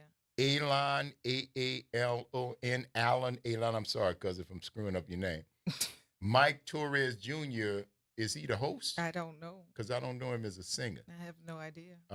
No, that wasn't. What was the Torres was the comedian? Joe. That was Joe Torre. Joe Torre. This guy's name is Mike Torres Jr. I don't know who he is. And the other last name on there is Oliver Kai. Don't know him. So we know about 70-80% of them. It was 2 of the Torres. It was the brothers. Joe Torre and the younger brother was a Torre. Yeah, but they T-O-R-R-Y. They're brothers. No, Torre. Their name is Torre, not Torres. Right, yes. Yeah, yes. They're the Torre brothers. Yeah, but this was Joe, Torres. and we always forget about his brother. Yeah, I really like his brother. You didn't I like don't the even brother? know the dude, brother. I'm just being messy. I'm just being messy. They don't talk to each other, though. The meeting in the lady room is Climax, bro. Got a meeting in the ladies' room. Mm-hmm. That's Climax, Josh. They're going to be on. Be back real soon. 504-582-9422. Good morning, Herm. What's happening? What up, good people? How y'all be? It's all good, baby. And yourself? What up? I'm good. I'm just sitting here listening to all the talent that's going to be on that cruise, man. Look, somebody gonna get pregnant on that cruise with all that talent on the cruise. I'm thinking the people that are going to be on that cruise won't be getting pregnant. Yeah, well, you know. You'll You never just never know, baby. Listen, Grecian Formula 16, Crazy Glue, and Viagra, anything might happen. It'll be a lot of playing. Make sure everybody has their heart medication. But I don't know about reproducing. Anyway, bro, that other hit by Bloodstone was we go away. We go a long way back. Yes, sir. Yeah. Okay. You and me, Yeah. girl. Yeah. Yes, Yeah. sir. Okay. I know that There song. you go. That's right. That's definitely right. know that Thank you song. for that, Herm. Yeah, but let me go find tickets for that cruise. Let me go find tickets, bro. Go Right, bro. to hold on, bro. It is the Old School Cruise 2026. They're leaving out of Long Beach, California. So that's what it's called. The Old School Cruise 2026, and it's from April 28th to May 3rd, 5 days, second weekend of Jazz Fest. Hey, then that deletes that on my schedule, then, right? Had to throw that one out there just so you know. I think I kind of know where your priorities are, brother. Well, forget the cruise, then. There you All right, go. bro. All But I'm right, gonna go look Herm. at it. All right, thank you, y'all. bro. Be good. Later. You got one more fun, bro, before we get out of here? It's ready. It's queued up. If you'd like to hear it, listen close, because here it go. Ow, that's gonna leave a mark. The power of pain compels you! Ow! I saw you flinch on the slap. He knew it was coming. That is 504-582-9422. You got 3 minutes. If you had a guess at the theme and you want to call back and you know that movie, call back, tell us the name of that movie, and then give us a guess at the theme. Or else you will hear the mellifluous, dulcet tones of Kurt Franklin. Well, we've gotten what? 4 correct movies? Oh, 'Cause while this is he the said, oh, I'm sorry, I didn't mean to cut you. I'm sorry. You're fine. While he said Elon did the song Rock and Roll Gangster as seen in the Boondocks episode Gangstalicious. Okay, I still don't know who he is, but I think I recognize that song, but I don't know who the cat is. Oh, okay. All right. All right, there you go. So people are weighing in. So yes, People are weighing in. Yep, that might be. So you got one more. You got a couple of minutes left. Grace to say, "Yep, that's a wrap. Jazz Fest comes first." Oh, yeah, because that is during that time. That's during Jazz Fest, baby. It is That's during that time, Jazz and it Fest. covers both weekends. That's too, right. So That's right. It's a 5-day deal. So, you know, you got You 8 would days miss- of Jazz Fest. unless Plus, you got to get to LA. unless you only went to the locals Thursday. Yeah, go to the local Thursday you could and then catch- fly out. yeah. You could got to catch get the to rest of Long it. Beach and then leave out of Long Beach. And then 5 days later, you'll be back. So, I mean, is it doable? Absolutely, it's doable. Probably so. But do you want to? It doesn't seem like the desire to do it is there. And that's fine too. That is Absolutely. fine too. Absolutely. Give us a call, yo. Gangstalicious. You remember Gangstalicious? I do. Oh, yeah. I do the What you got, homemade. Josh? Here you come to save the day. I don't know if I say everybody. That movie right there is Ghostbusters. That movie right there is Ghostbusters. You get the bell, my friend. And this is your opportunity as the GOAT. The one who they always go to on Moving Monday. The savior. The one who is just like Cam San Diego when it comes to music. He knows movies. Josh, what say you? I know movies, but I don't know themes, sir. Come on. Don't know themes. I couldn't tell you where you going there with this. That was the best one I had. If this don't tell you bad crazy, I don't know what else. You was in the park. Come on, bro. Give me a guess at the theme. All right. Women with mental issues in movies. Oh, wow. Women who did what? Women with mental issues in movies. You went from bad to worse. I can't help. But this Bad to worse. bad to worse because there is a running theme. There's a running similarity about All all of of these. all I see that all the women in that movies, all these movies were crazy to me. Who cooks the chicken in the microwave? Right? Who tried to go full Apollo during a funeral? Right? There you go. This lady here, she is just taking people's identity, believe that she can get away with it. So either that, women like while he was saying, you got all these women that scammers or shady. Mr. Producer, please tell them what today's theme was, although no one won. Well, today's theme was comedians, female comedians. You were so close. Very simple. But very you missed simple. But we like the way y'all think. Yeah. Thank you very much, and we thank you guys for giving us 3 hours out of your lives that you'll never get back. And we certainly hope we've given you a little bit of something in return for the investment of your time. I'm your host, Graylin Bryant Banks. And I'm your host, Kimber White Dupree. Have a good day. Take care of yourselves and each other. It's Brother Nyron on the other side of the glass. Y'all practice random acts of kindness. Do something nice for somebody just because it's a nice thing to do. Take care of yourselves and each other. And we're going to see y'all on the flip.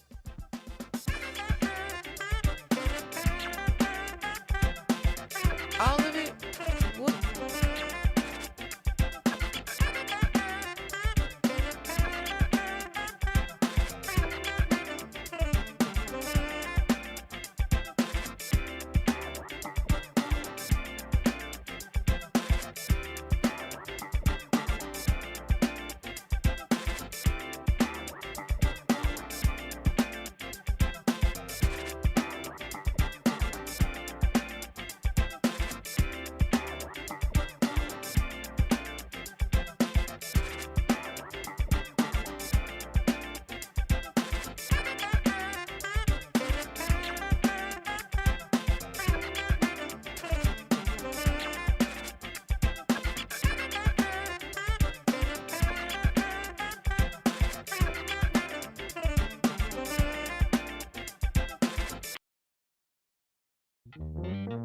Have you heard the secret of what New Orleans is talking about?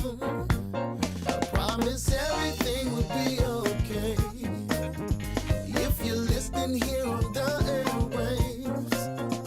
It's that WBOK 12:30 a.m. From the campus of Xavier University. Yeah. WBOK 1230 AM. Go. An Equity Media Station. I'm Bree Wood with 4 Things You Should Know with BIN News. U.S. Attorney General Pam Bondi says the Supreme Court will address the Trump administration's deportation flights. Bondi accused a federal judge of overstepping his authority and vowed to continue fighting the judge's order blocking deportations. Courtney Merritt's, the husband of Black former Congresswoman Cori Bush, is charged with wire fraud for allegedly defrauding federal pandemic relief programs. He plans to plead not guilty. Top Democrats are urging the Trump administration to reverse its plan to eliminate the Department of Education, arguing it does important work for students, families, and educators. They sent a letter to Education Secretary Linda McMahon. And a new study found that young marijuana users under 50 are over 6 times more likely to have a heart attack than non-users. They are also more likely to experience heart failure and ischemic stroke. Get BIN News on demand 24/7 on the iHeartRadio app.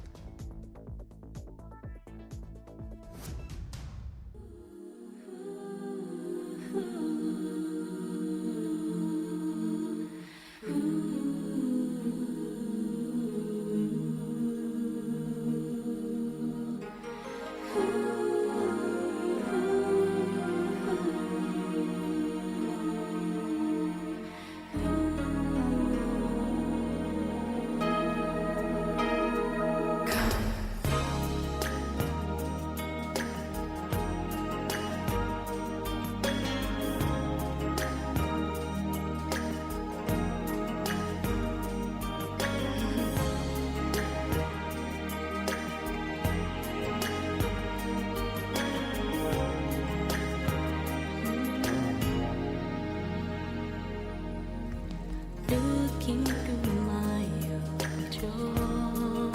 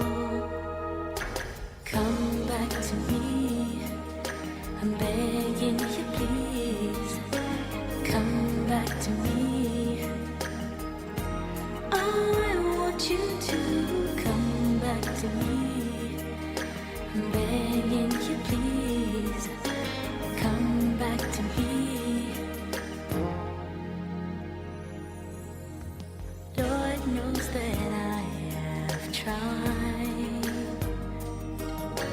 to live my life as one. Friends tell me to hold on. Tough times don't last for long. My abandoned heart just doesn't understand. My undying love for you won't let me wait. Come back to me, I'm begging you please. Come back to me, I want you to come back to me, I'm begging. From New York, this is Democracy Now! I think fundamentally, yes, I'm Gambian. Yes, I'm British. But fundamentally, I'm a human being. And I think what Palestine does, when we say Palestine is a litmus test, we're saying that it is not that we privilege the Palestinian cause over every other cause, but rather Palestine holds a mirror up into the world and says, what kind of world do we want to live in? Protests pressured Cornell University to re-enroll PhD student Mamadou Tall after he was suspended for joining pro-Palestine protests on campus last year. But now, the dual citizen of the United Kingdom and the Gambia finds himself targeted for deportation again after challenging the Trump administration's executive orders targeting universities and protesters who are foreign nationals. We'll speak with Mamadou Tall from an undisclosed location as ICE demands he turn himself in. Then an update on the case of Badr Khansuri, a Georgetown professor who had his visa revoked and was detained by federal agents without being accused of any crime. His wife is a U.S. citizen of Palestinian descent. The significance of Dr. Suri's arrest, I think, is threefold. Number one, an innocent man has been arrested. He's committed no crime. His life has been destroyed. Number two, this is directly connected to the ongoing genocide in Gaza and the attempt by the Trump administration to silence all anti-genocide voices. And number three, there's a brutal attack taking place against universities in this country, launched by the Trump administration, supported by right-wing Zionist forces. We'll speak with a Georgetown professor who directs the center where Suri works. And as the Trump administration says Columbia University is on track to regain $400 million in federal funding after yielding to its demands, we'll get response from former Columbia Law School professor Catherine Franke. Columbia not only caved to the demands in the ransom note, it did so in exchange for, it seems to be, nothing. And it did so by going beyond those demands and saying, oh, we'll do more. All that and more coming up. Welcome to Democracy Now!, democracynow.org, the War and Peace Report. I'm Amy Goodman. Gaza's health ministry says the official death toll has topped 50,000 as Israel continues to bombard and block Gaza. But it's widely believed the actual death toll is far higher. On Sunday, Israeli forces bombed a surgical unit at Nasser Hospital in Khan Yunis, the largest functioning hospital in Gaza. The attack killed 2 people, including Ismail Bahoum, a member of Hamas's political bureau. Hamas said he was at the hospital for treatment for injuries suffered in an earlier Israeli strike. A 16-year-old boy was also killed in the hospital attack. The American trauma surgeon Feroz Sidwa was at Nasser Hospital at the time of the attack and said the teenager killed was his patient. You know, I've certainly never had a patient injured in an explosion, brought to the hospital, taken care of, doing well, ready to go home, and then blown up in his hospital bed. That's a first. And that should be what we call in medicine a never event. That's not really supposed to happen. I can't emphasize enough. It just doesn't matter who is in the hospital. It's not legal to blow it up. It's not legal to kill people in here. It's not legal to attack people in here. It's not ethical. It's completely crazy.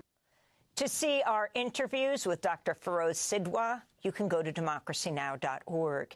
In a separate strike, Israel blew up the Turkish Friendship Hospital, Gaza's only specialized cancer hospital.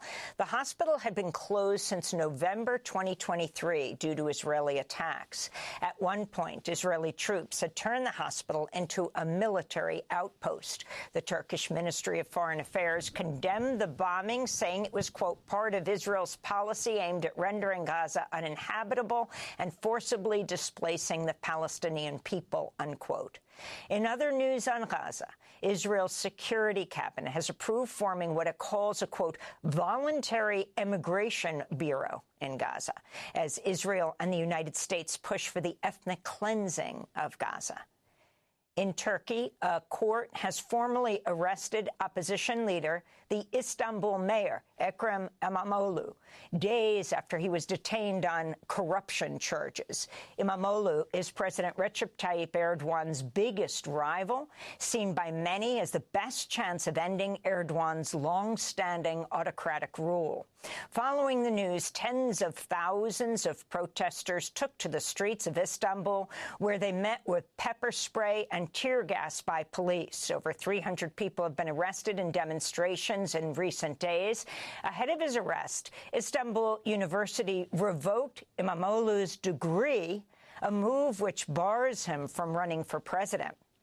Nonetheless, his Republican People's Party, or CHP, said Ekrem İmamoğlu received overwhelming support during Sunday's election to select a primary candidate, including from millions of voters who are not party members. PHP leader Özgür Özel addressed Sunday's rally in Istanbul.